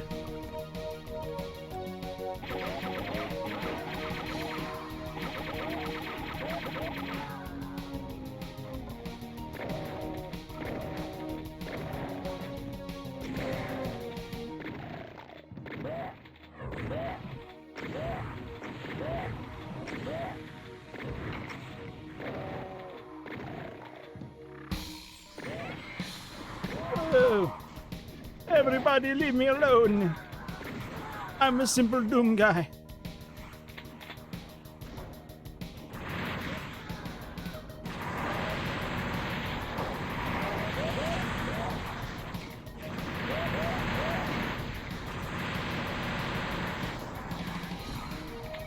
All right, cool.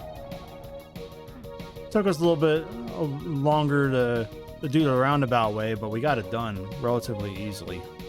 Cleared out this main room.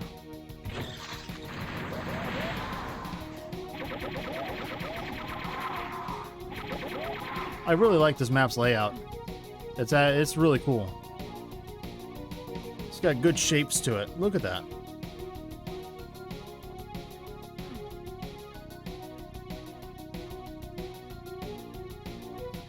Then there's a room at the end, which is definitely Billy. Billy likes these grand, like, multi-staged rooms, or like big centerpieces. I'm constantly amazed at, you know, the different things that Billy is able to create, and they never feel stale.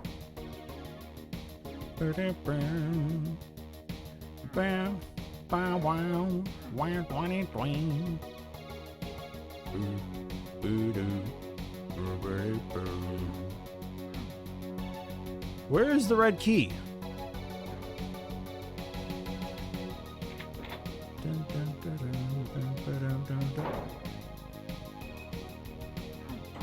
Am I just here all along. With the skeleton chambers.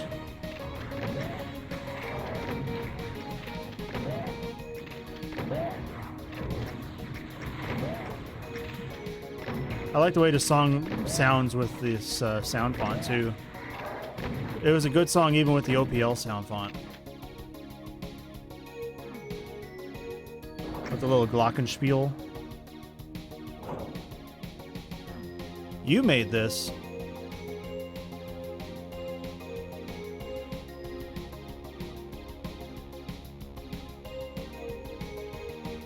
But this one says Doom Cure Dave and Big Ol' Billy. You fuck with me? Is this another one of your names?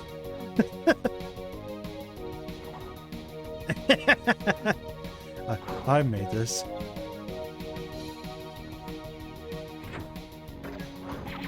Dude, I'm a horribly gullible person. I'll believe that.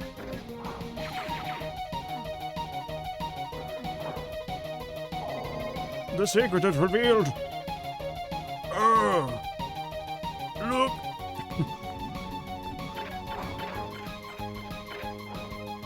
It's a Team Fortress engineer. I made that.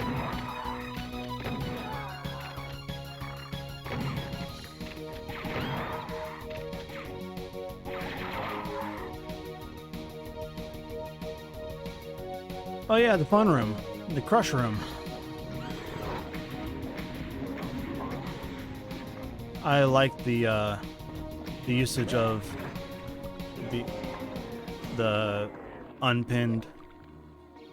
Like that. See, this is why you leave things unpinned sometimes. Because you can do really cool effects. Like signifying that things are dropping. Oops, sorry, I shot the hostages. We don't have to worry about saving them anymore. Now what they're going to negotiate with? You fucking idiot. What are you doing? I just imagine some simpleton cop is just like, yeah, if you just kill the hostages, then you don't have to worry about negotiating for them. They got no bargaining chips after that because you fucking killed them. You retard, what are you doing?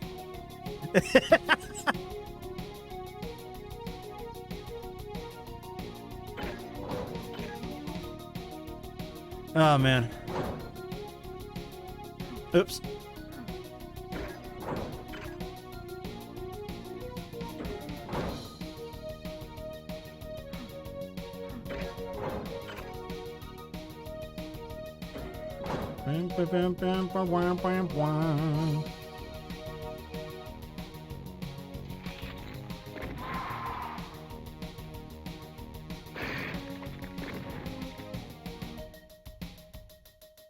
Yeah, it's pretty dark in here.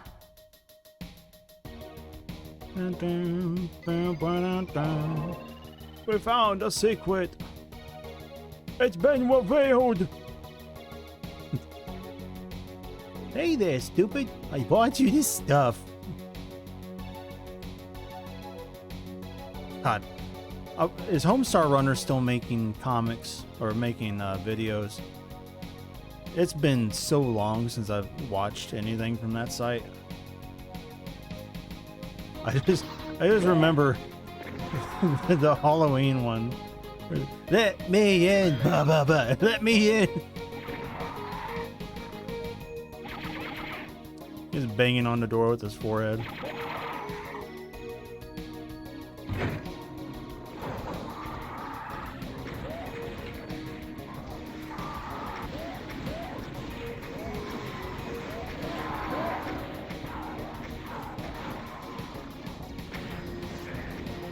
Oh!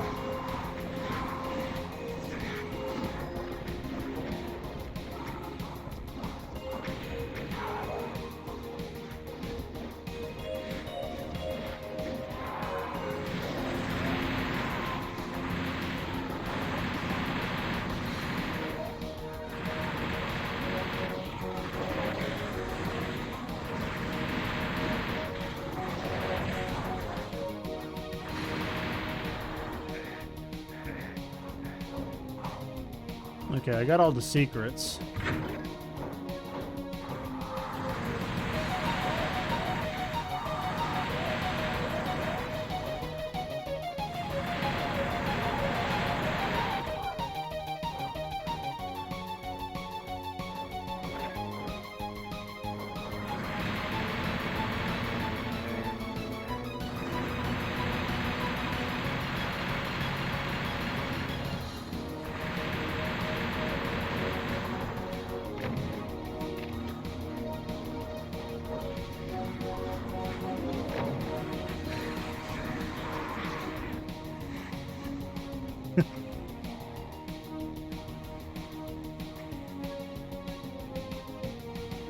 What's going on, Zed? On occasion, but it's not not nowhere near as regular as it was a decade ago. That's sad.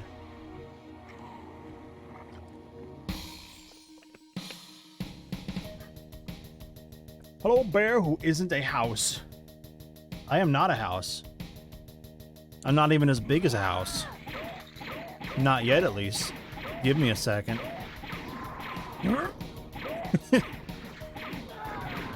No, couldn't become. I could not become a house.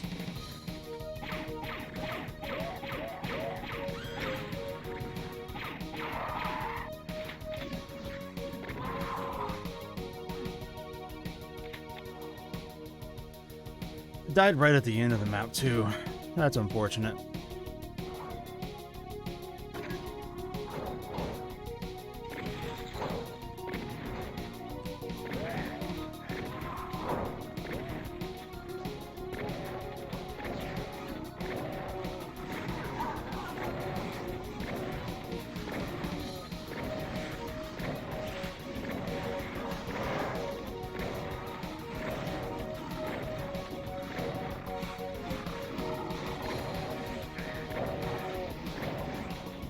I think I might have Z-Doom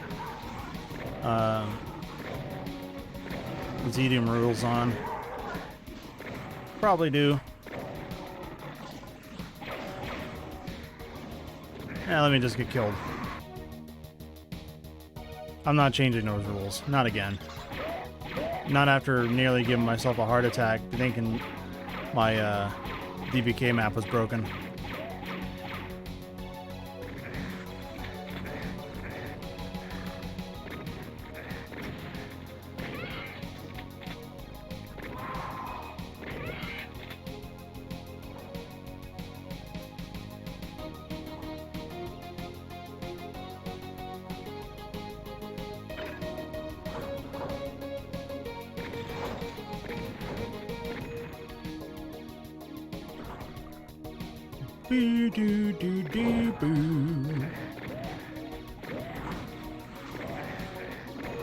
Yeah, I'm not sticking around to fight you guys.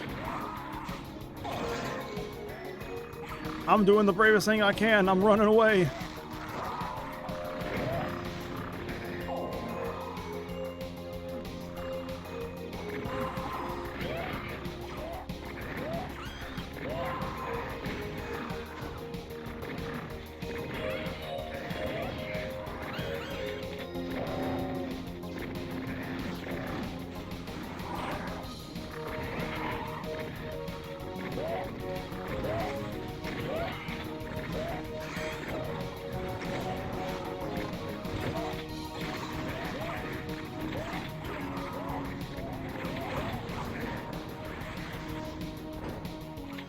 Fine, we'll just start a whole party.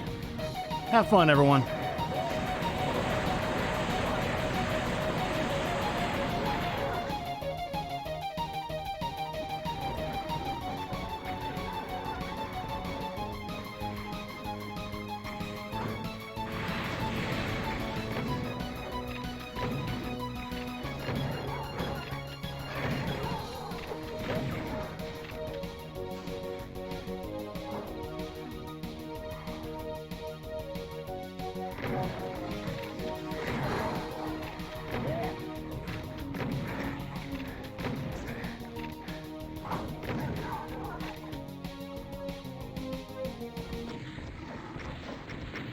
What? What?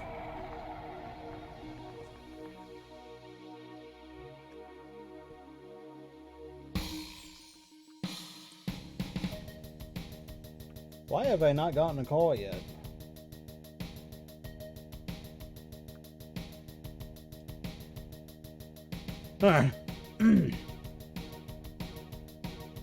Yeah, I don't like to use mouse input, at least when it comes to Doom.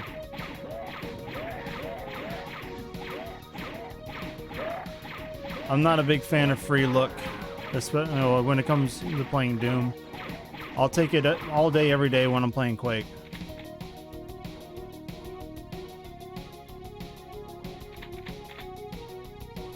There's something about it. I can't. I think it's the fact that everything looks weird when you look up and down.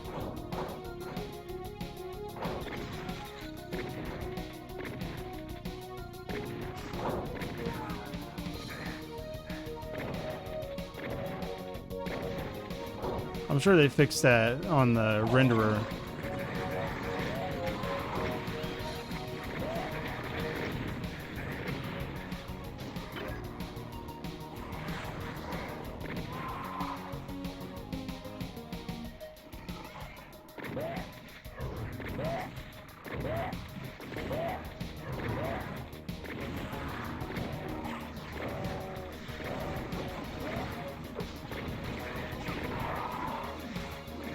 No, no, I don't want to get shot.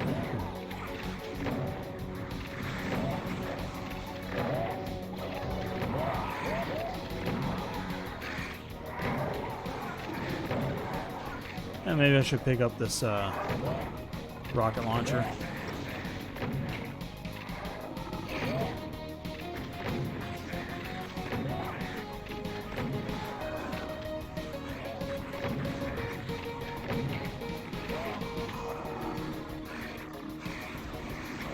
Ba ba ba do tito.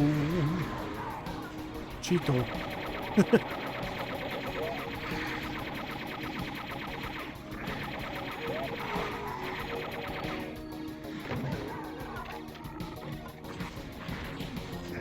So waiting for DBK1 and DBK1 to launch and DBK2 to well, okay, so between waiting for DBK01 to release and DBK2 to launch, I've taken up playing Final Fantasy XIV because the one thing that's always prevented me from playing MMOs is that I'm a massive cheapskate. So, yeah, I never wanted to play an MMO that had a subscription. So once I found out that Final Fantasy XIV had a free trial that was basically the entire base game, like up until like level 50, I'm like, oh, that's pretty cool. That sounds like a game I can play.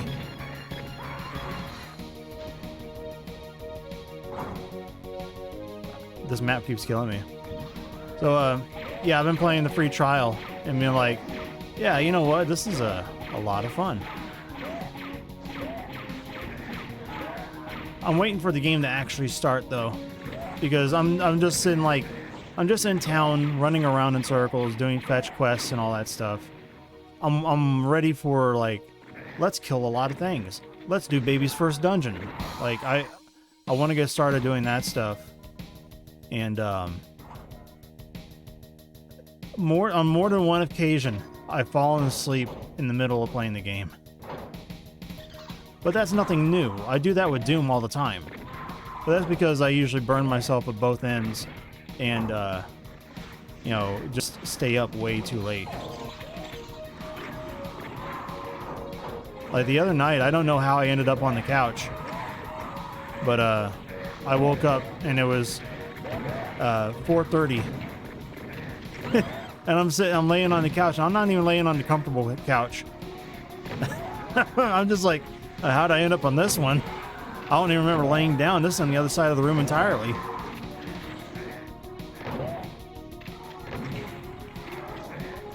So I ended up sneaking into bed. And then not being able to go back to sleep, so I just got up anyway.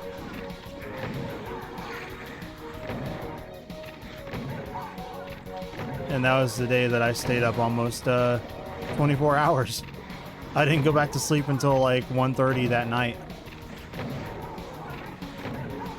But yeah, I've got some pretty weird sleeping habits. I'm working on it.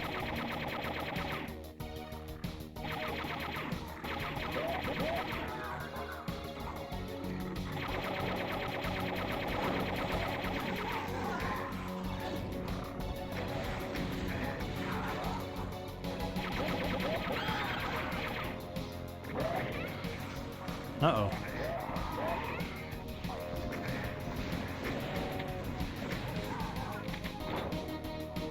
But yeah, Final Fantasy XIV is actually a pretty fun game.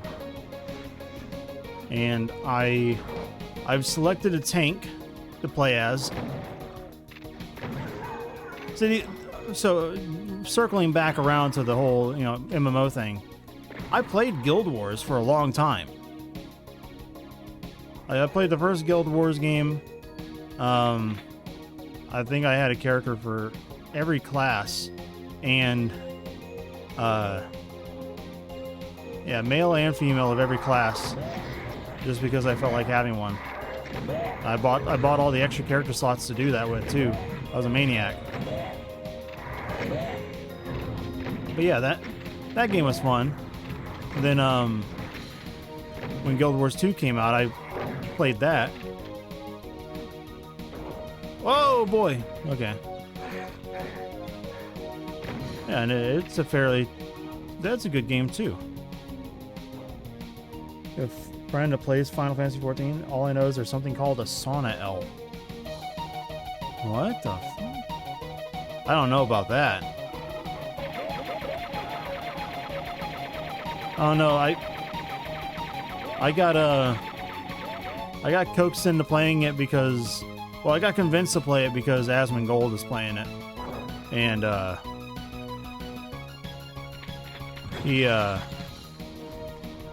I've been watching him. Like, I only played WoW for a very short period of time. I generally don't like it because it feels so grindy and it feels like such a time waster. But I mean, honestly, to be real talk, the only reason I bought it was to impress my wife. I was only dating her at the time. And then she looks at me and is like, why would you ever put yourself through this? And she's like, I hate this game. I play it every day. I hate it. Like, oh yeah, that's cool. I don't need to play this anymore. And we just started playing Team Fortress instead.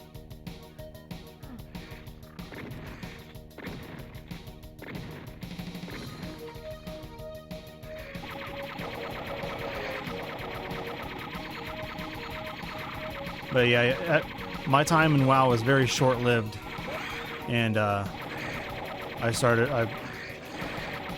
just played WoW, or I played Guild Wars instead.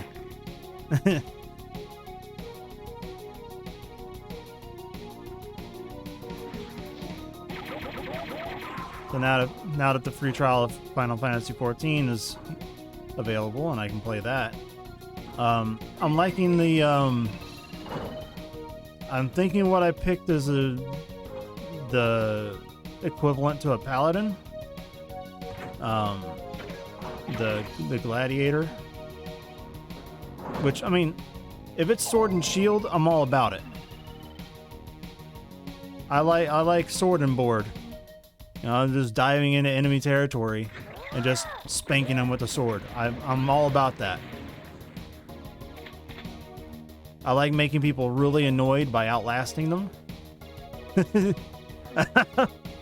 I'm a pretty malicious player.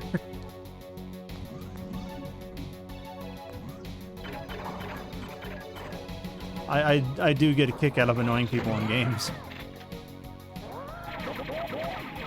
Now in Guild Wars I played Warrior, and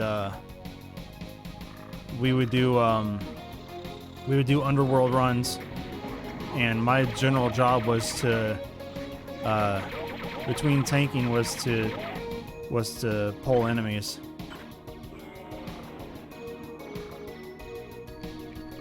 So yeah, that was a fairly fun time. So my goal with Final Fantasy 14 is to, you know, do some dungeons, maybe do some raiding. I just want to do cool shit, and I want to do it. I want to be a tank.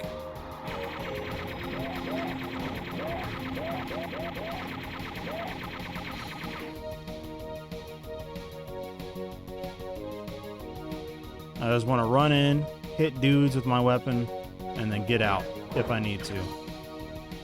Maybe be friendly and do some off healing. But the cool thing about that game is that you can actually switch classes whenever you feel like it. So I'm definitely going to be trying out all the classes at the very least, or all the jobs. Let's see, we got all the keys again. I'm not doing this all over.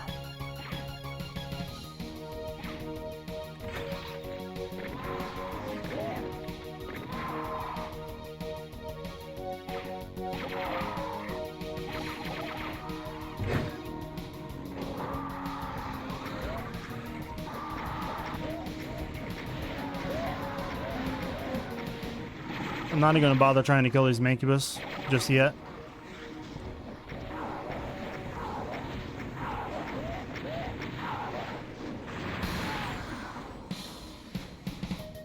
I'm just going to leave them.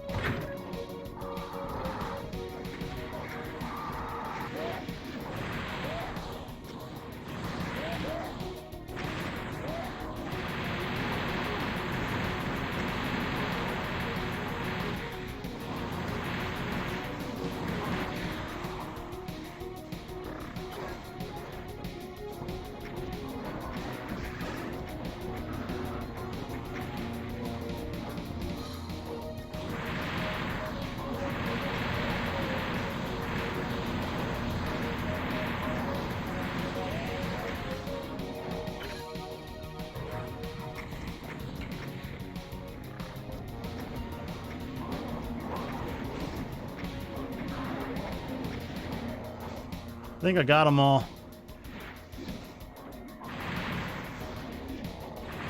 Yeah, this whole final section of this map is pretty sketchy.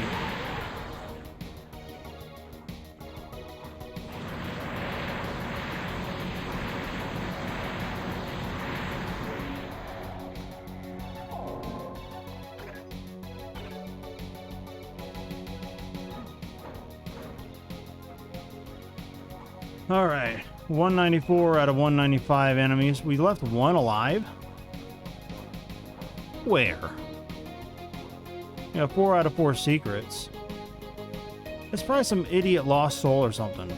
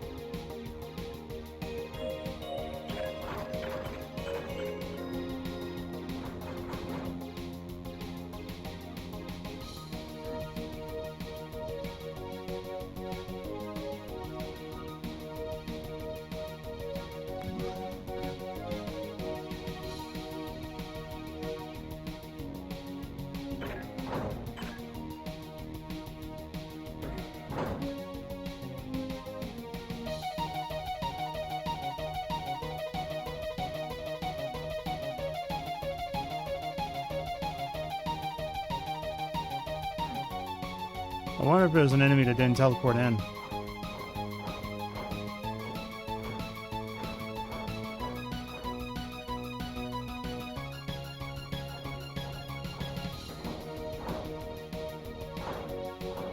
Yeah, that's what it is.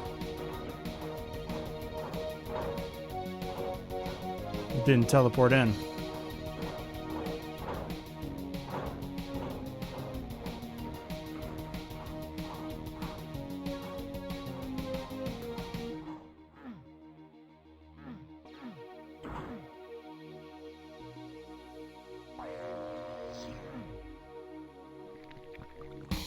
Oh yeah, you're supposed to get killed.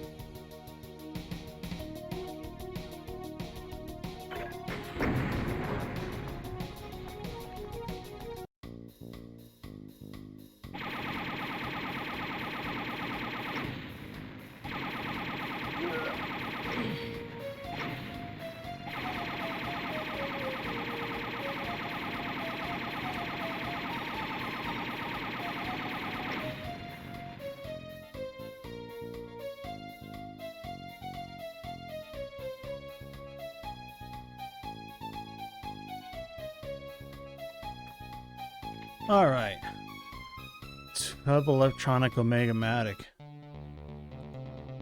Who made this? Oh no, it's Joe Ilia's map.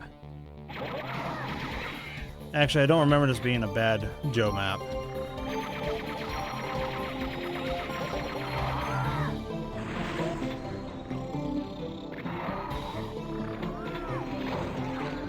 Joe's such a weird case, man. He can make some like really offensively bad maps, and then he makes some real bangers.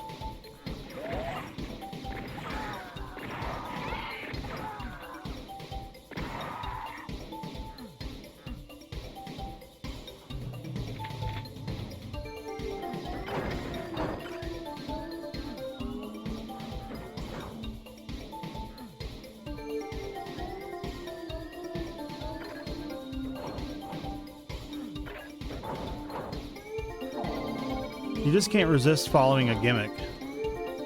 Or like taking a gimmick to its logical conclusion.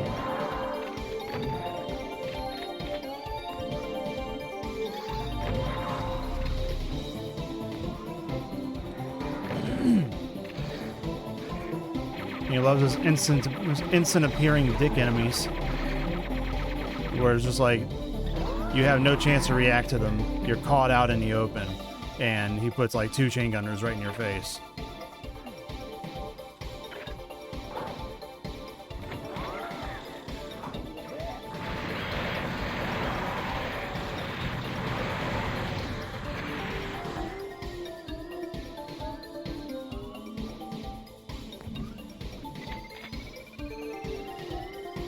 The BFG looks awesome in this set though.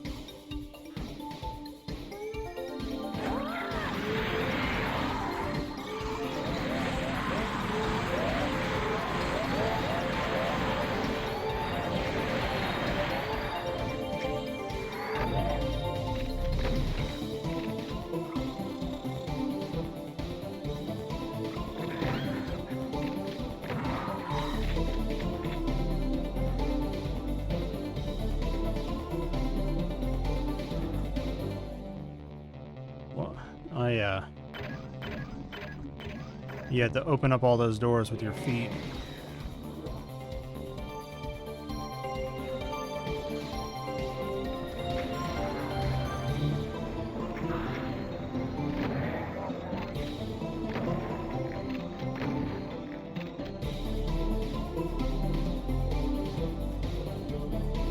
And then the ending room is just bullshit.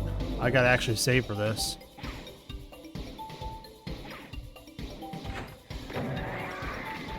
Well, that's not it.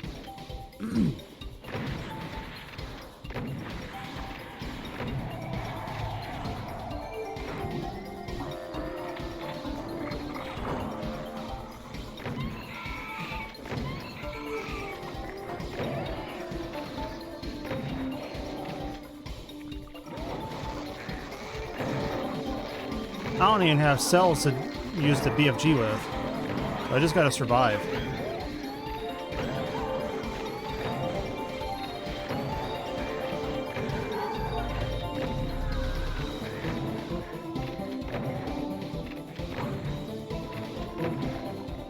Yeah, if you're trying to do this with pistol start, man, you're gonna hate it because there's not enough health.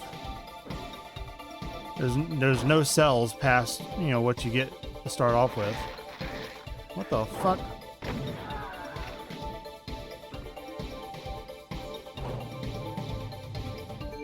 $96 out of 96, 2 of 2.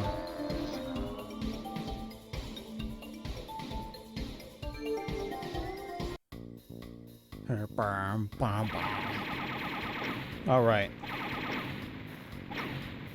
Now we're getting into the really good stuff. So we got Makai Tin Show by Thundercunt.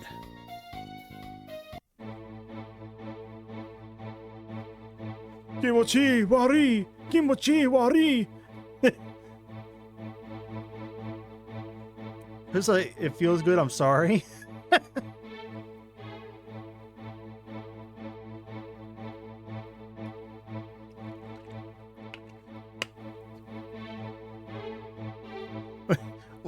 What is that supposed to mean?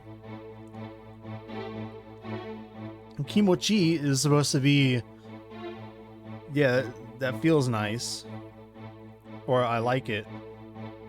And wari is like a way of saying like, oh, excuse me, I'm sorry, my bad.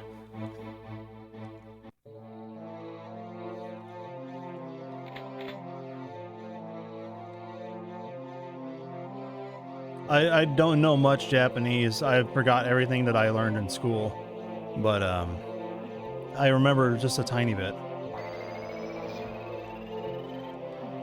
Just enough to be offensive.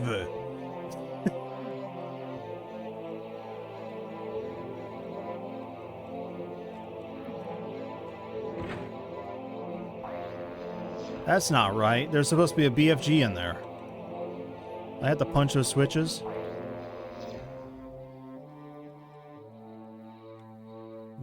Oh yeah, no, the BFG's right there. I missed it because I'm a big idiot.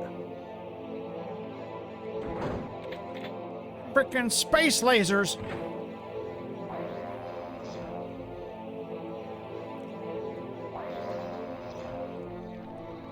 Yeah, this is a big bad map.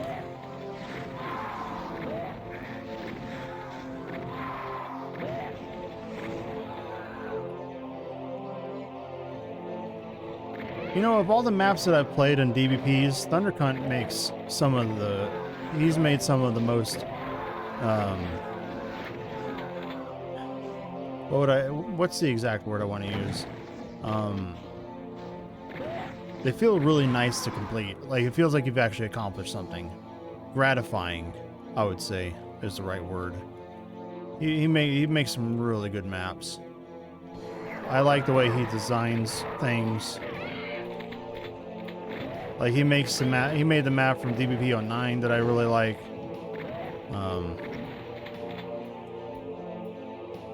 I don't know, I guess his Christmas Carol map. Not exactly the best, but it has cool music, good Banjo-Kazooie stuff.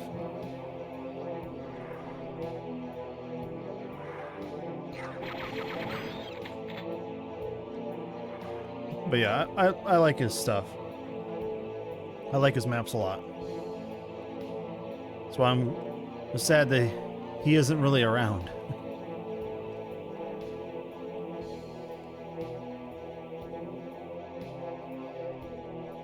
I don't know if he just kind of moved on or if he's just taking an extended break.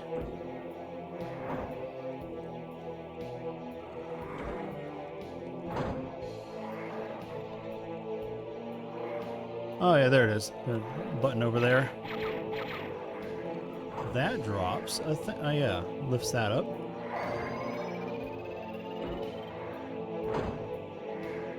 What time is it? 3:30. Alright, I got some time.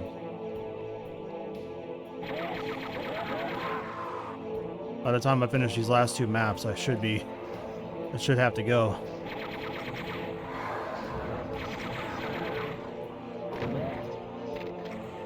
I forgot this door opened.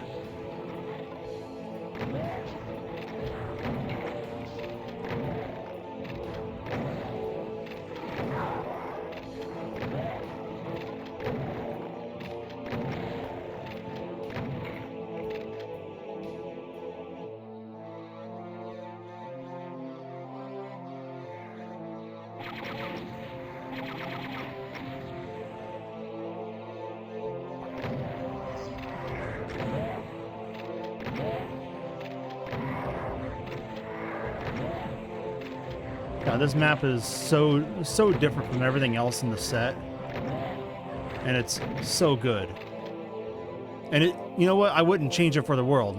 I mean, I would. It's perfect being so incredibly different, because this is the alien world. You're not supposed to be comfortable here.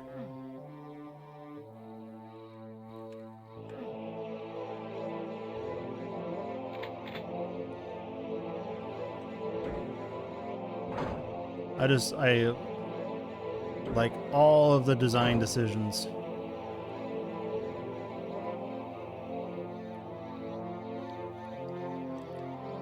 And then like the secret areas are really inventive. And you gotta do that in order to walk over here. This water doesn't hurt you, but you could swear it would, stepping on it for the first time.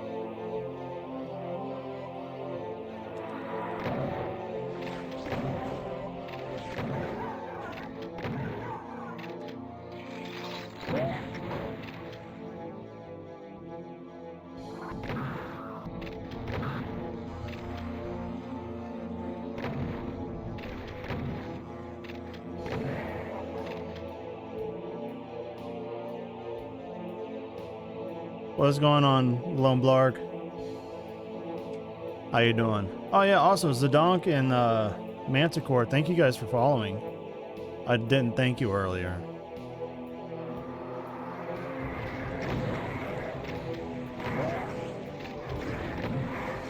I was too busy ranting and raving about my my sewer problem. Oh no. Excuse me. Pardon me. Excuse me. Excuse me. Don't move. Out of my way, please.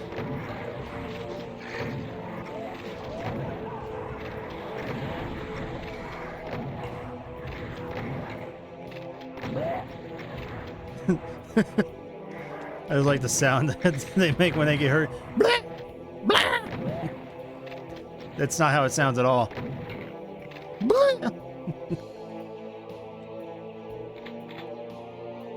There's a ton of DBP everywhere. Yeah, they released a new set. A really cool cyberpunk set. Yeah, even though we may not be part of that team anymore, like, I still respect the guys for pumping out that set.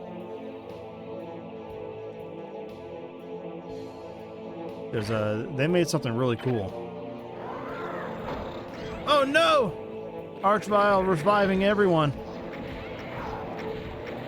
Come on, get in there, get some of these rockets.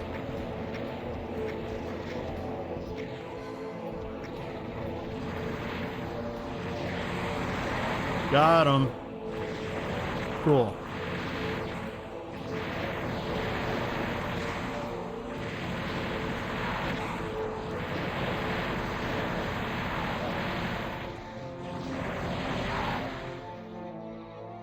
Yeah, 37, it looks really, really good. Visually, it's amazing. Some of the gameplay stuff is kind of dickish. I'm not a huge fan of some of the... Cupcake makes some really amazing looking maps. Let me say that first. He makes some really good looking maps. I don't like how his maps play at all. They are a slog. He'll give you a single barrel shotgun and send you through 20 rooms, and then you'll have to kill like 14 revenants with only one pump shotgun. Like, dude, I can only do so much of this. I can't keep playing maps like this, man. But they're so really highly detailed and, you know, really amazingly they're really good maps. I don't want to like trash his style. I don't like the way he does his gameplay, but his maps look incredible. I'll say that much. Like, I can appreciate just how much effort went into those. Like, his maps look so much better than mine. I wish my maps could look that good, but I wish my maps played like my maps. I feel like I make some pretty fun playing maps.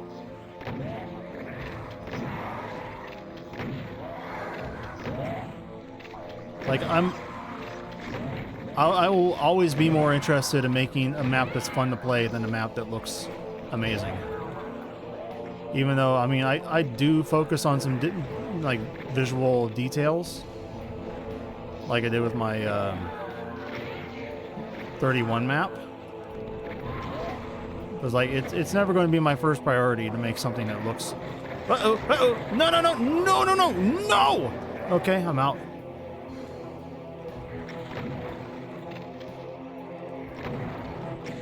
They got me.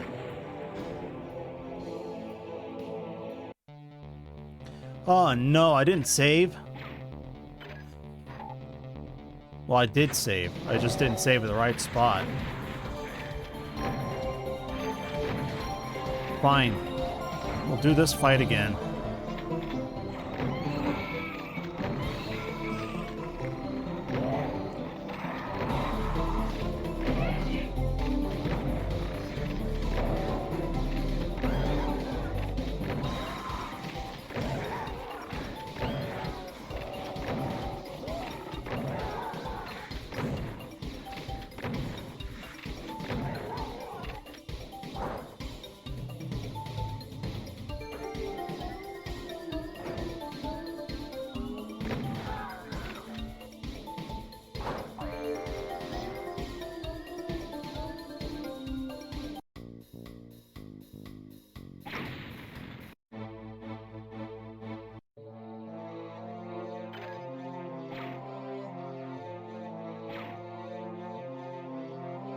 Combat. Zola and a few other streamers have been playing it, and the combat flow wasn't too bad for them. Maybe I have a higher standard, I don't know. But I mean, those guys play tons of Doom maps.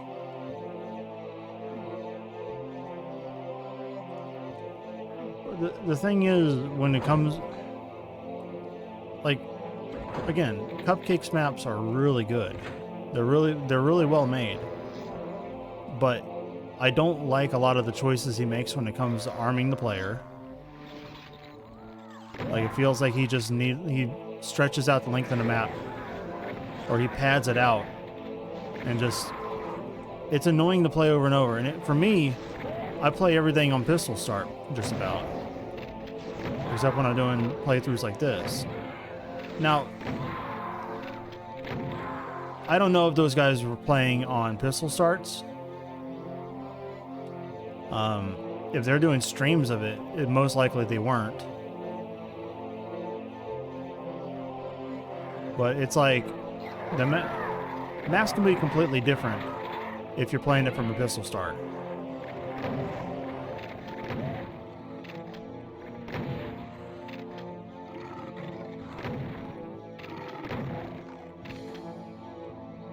BFG only maps?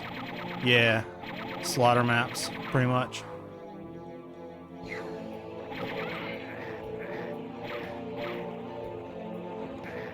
Where did you come from?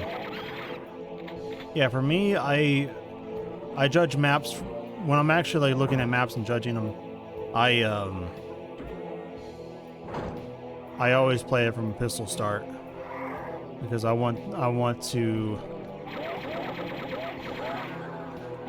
see how the balance is, you know, as raw as it can be.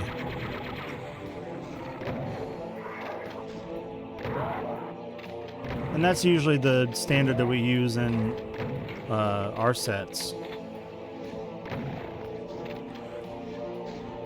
At least that's how I understand it. I mean, I've only been part of the crew for like, what, 6 months, and we've only put out 4 sets in that amount of time.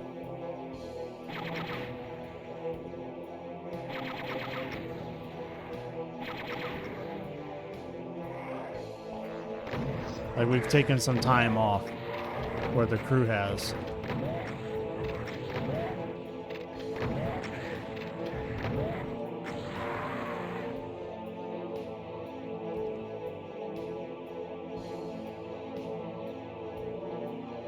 The VHE in the mall level, 37.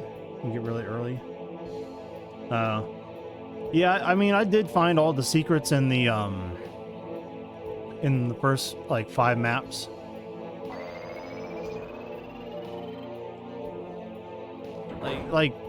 So I've only played about 4 or 5 maps into 37, and I mean, all the maps are pretty good so far. Matador made a good map. Matador's becoming really good really fast. I remember the first map he made. Well, I don't know if it was his first map ever, but his Tomato Mania map for DBP32. He made a really good one. Or I'll say well, no, that one wasn't good. I actually need to take that back. That just flowed out of me. No, that map was kind of a mess, but it was funny. It was a mess in a funny kind of way, because his map, he accidentally tagged a switch, like a switch to lower a platform. He tagged it a 0 on accident, so it lowered every default what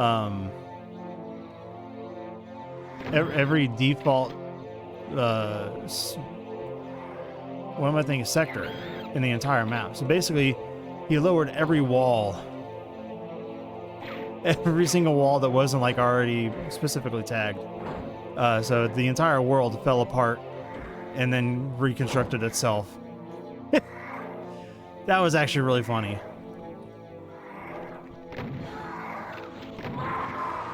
It was trippy to watch that happen too.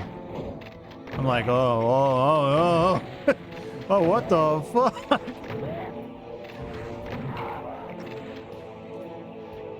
And it's just like, yeah, you just need to tag this. But I mean, yeah, I mean, one of the walls, like one of the walls didn't have a texture applied to it. It wasn't just like a regular wall. It's like one of the skybox walls didn't have a texture applied to it. So you like, oh yeah, look at all this stuff, and then like you look over here, and then like behind all those pyramids are just nothing but flickering lights in the Hall of Mirrors. Like, oh god, oh! Yeah, it was rough. It was a pretty rough match. It's just funny. He was very green not too long ago, and then I think he made map number 3 in the 37 set, and man, that map is gorgeous. That kid got real good real fast. Well, I don't know how old he is. I'm guessing he's pretty young, but man, he got real good real fast. I'm impressed with him.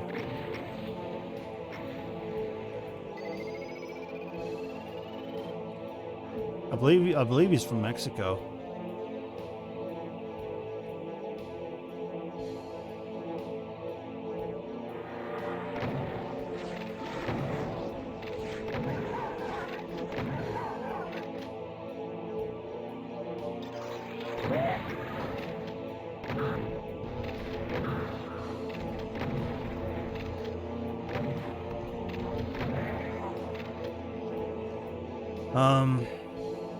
Let me try on a map, but You do not even know how to use the mapping tools at all. That's fine. Dude, when I made my first map, I had no idea. I didn't know how to exit visual mode. So I would draw stuff, I would go in the visual mode and be like, oh fuck, how do I get out of this? So I'd just be sitting there like mashing on the keyboard and like, okay, you know what? I'm just gonna close the map editor and then I'll reopen it and it'll put me back into the overhead mode. Like I was so worthless. Oh man, I didn't know what I was doing at all. And by some miracle, I learned enough to pump out a map in 15 days. Like I keep harping on about like, dude, my first map, I only barely got through building that because one of those nights I pulled like an all-nighter, and then another night then like I already had some 3D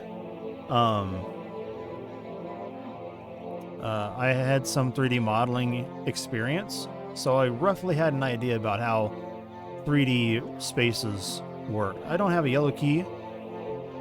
Come here. I'm picking you up, Buster. You want to make a dumb Archvile platforming map? It's meant for a meme wad? Oh, man.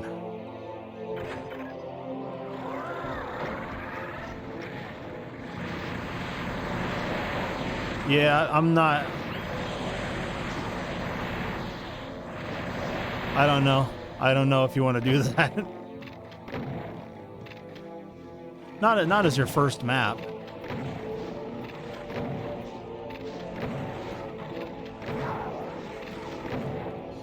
If you want it to be a meme map,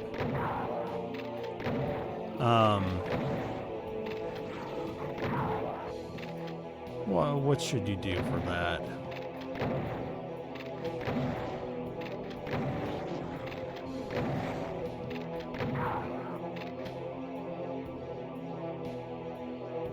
Yeah, I'm not sure what you would want to do. Whatever. Do whatever you want. I shouldn't be squashing the idea.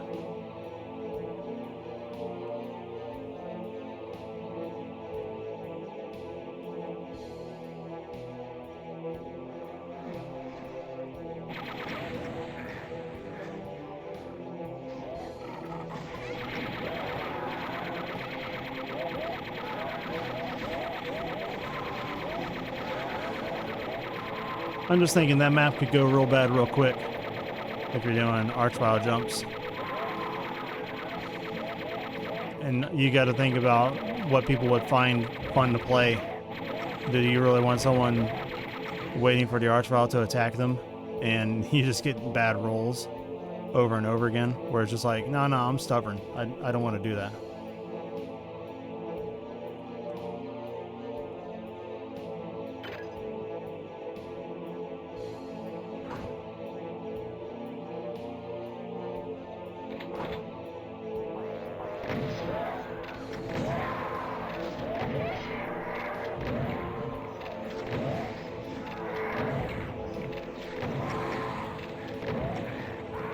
Wowee.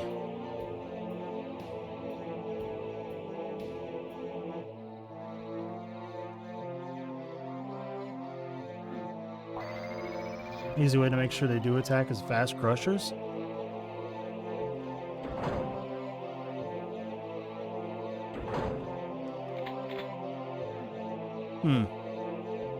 Oh, thanks for the follow, Mr. Zool. Not sure how we summoned you, but okay. I'll take it.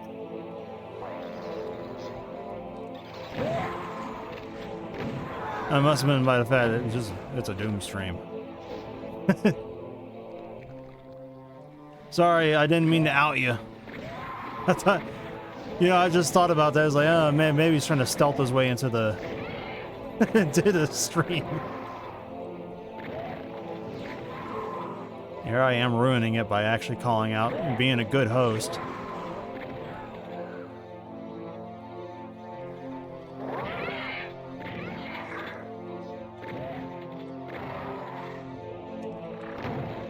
Man, I don't know why my voice is so hoarse today. Or they're not hoarse. Well, Yeah, I was trying to do voices earlier and just not happening. And my throat just feels kind of rough. I generally watch everyone's streams, hope all is well. Yeah, we're doing good. And just enjoying some old school DBPs. I'm just patiently waiting for our first set to come out. DBK4LYFE. We've got the internal copy going. We're just trying to get all the little bits ironed out. It's a sick set. I hope you guys, I hope the community enjoys it, and we'll play it when it comes out. Because, I'm proud of my map on there. I've been told it's my first proper map. One that didn't need a ton of help to get off the ground. But, yeah, so my map for, DBP31, yeah, it was okay. It wasn't really accepted as like a real, quote unquote, real map. It was a bonus map for that set. So it's just like, yeah, we're just throwing it in just because. But it's not like part of the main set. And then my Tomato Mania map, it came out really good. But I would say, like, yeah, even though a lot of the fights I put in there, they were still in the final version, Billy did the majority of the work of making that map look beautiful. I call that map just as much Billy's as mine.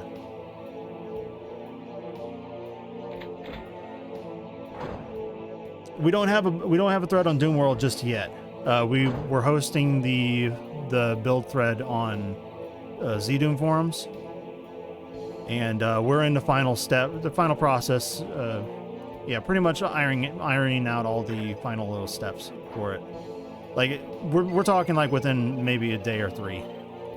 But we've been saying that for a week, but yeah, we're like on the final steps. We're testing it, getting the internal copy, internal version all done. We play tested it, and we're just ironing out all the last little bits. But yeah, we should have a final version out pretty soon, or at least a release candidate. And then we should be starting work on DBK2. Skrangus McBrickdad is leading that one.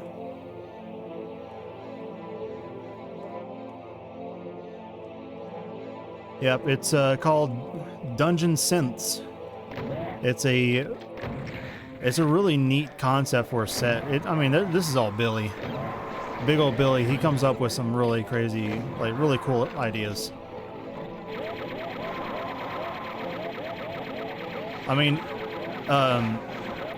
The YouTuber Icarus just did a review not too long ago on one of his other sets, Sibes Freaky Colonoscopy. But yeah, we got some traction off of that one. That's a really good set too. I think I might play that one next week. I do these streams pretty much every Thursday, because I got the day off and this is just my day to decompress. So I spend it playing Doom.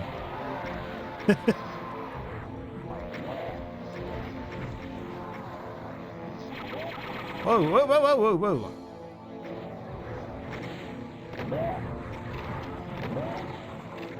Oh yeah, there's an archvile there.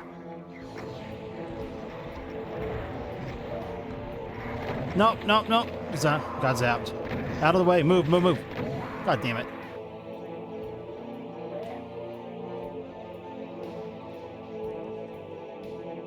This map just keeps killing me.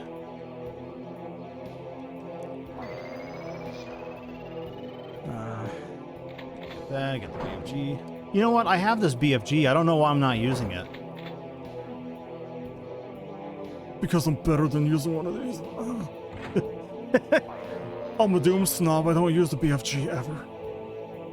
I gotta get over this. I'm too stubborn. I don't like using BFG.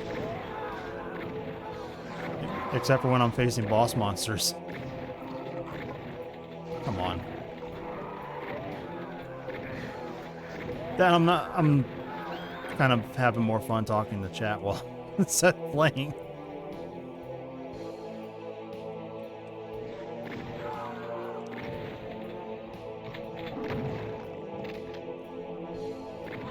Yeah, I think, I don't know if Scrang is still around, but our next DBK02 is going to be a Japanese themed set. I mean, we've only seen some of the textures. We haven't seen the entire resource pack yet, but that's the gist of it. So I've started building up a playlist of Japanese music to get motivated off of. And then that put me into a rabbit hole of just listening to 80s Japanese pop. So yeah, things have been going good. Where's this chain gunner?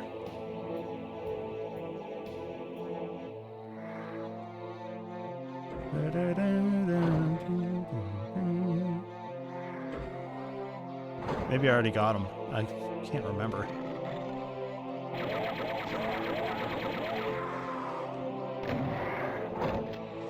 Wow, you got that around the corner? Big boy. Stop it. Rude.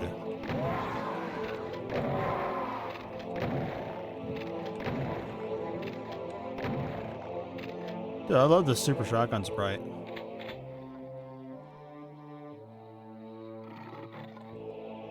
Check out the YouTube channel Zerfspec? Hold on, let me take a look.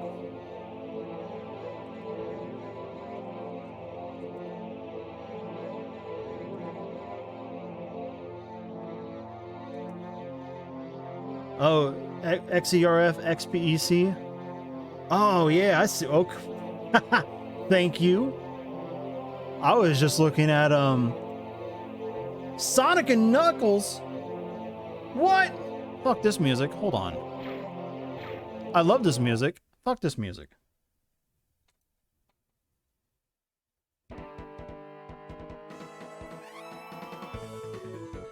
What? These are real instruments. Are these samples or are these real instruments? I don't know. Akinori Minami Sonic and Knuckles / Sonic and Knuckles 3 full album. Or Sonic the Hedgehog 3. Sonic 3 and Knuckles.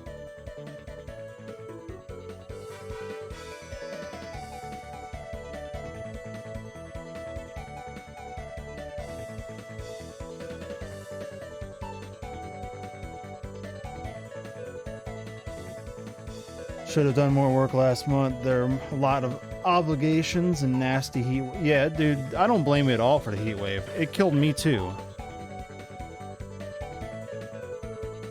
Being able to focus during that heat wave, yeah. Hold on, I gotta take this call. I'll be right back. Enjoy the music.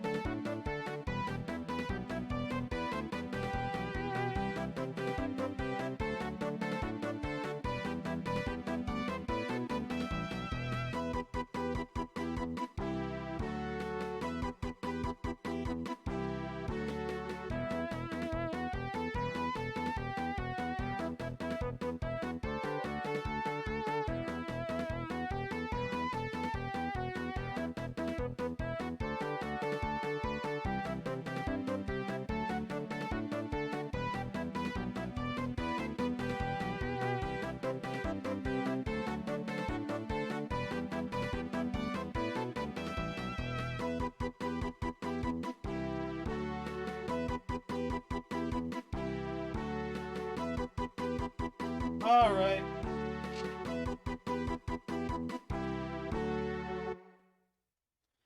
Well, that kind of blows.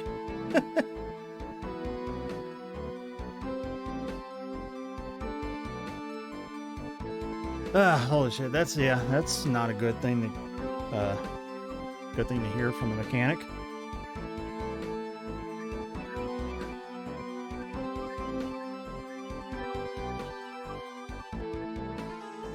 Sandopolis.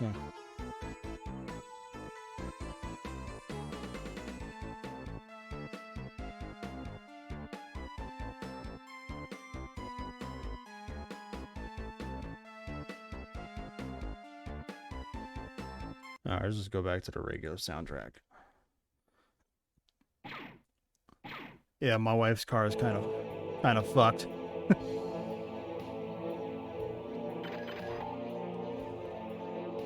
That blows. Not beyond repair, but it's going to cost a bunch. And I was just bitching about spending a bunch of money on the sewer repair. I can't afford that. It's like her brakes and rotors all need replaced. She's got a massive hole in her exhaust, which is going to cost like $1,300 alone. And then there's a the steering fluid line has a leak, and that costs like $1,300. So I'm going to have to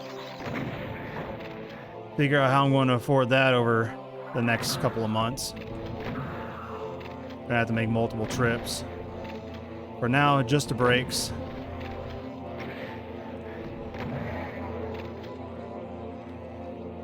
Oh man. Maybe I should start streaming on a streaming more often. Start begging for donations. Nah. I'm not gonna do that. I'll just have to work overtime. God. I'm kind of fucked. No, now that I'm thinking about it, I'm pretty fucked. Because she's wanting to go part-time for work.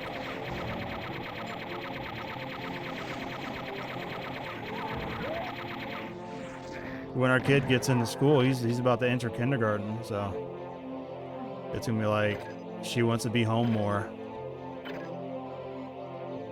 And we started planning for that, so this is gonna be fun to figure out.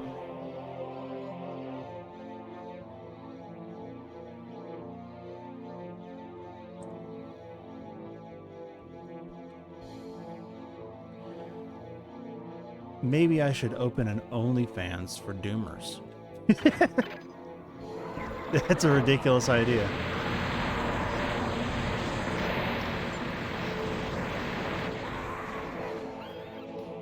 I'm so thoroughly distracted now.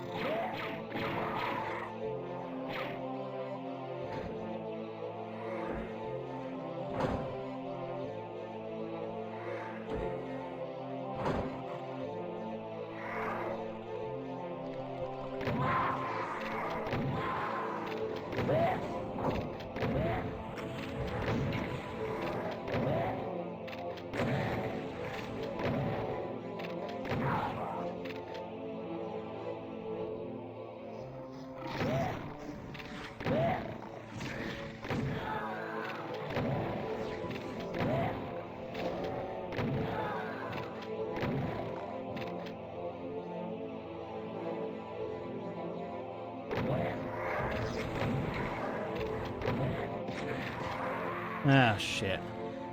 All right.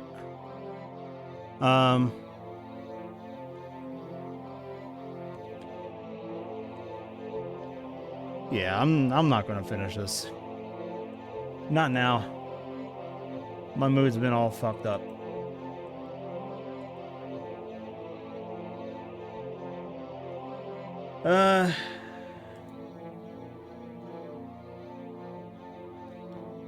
Yeah, sorry about that.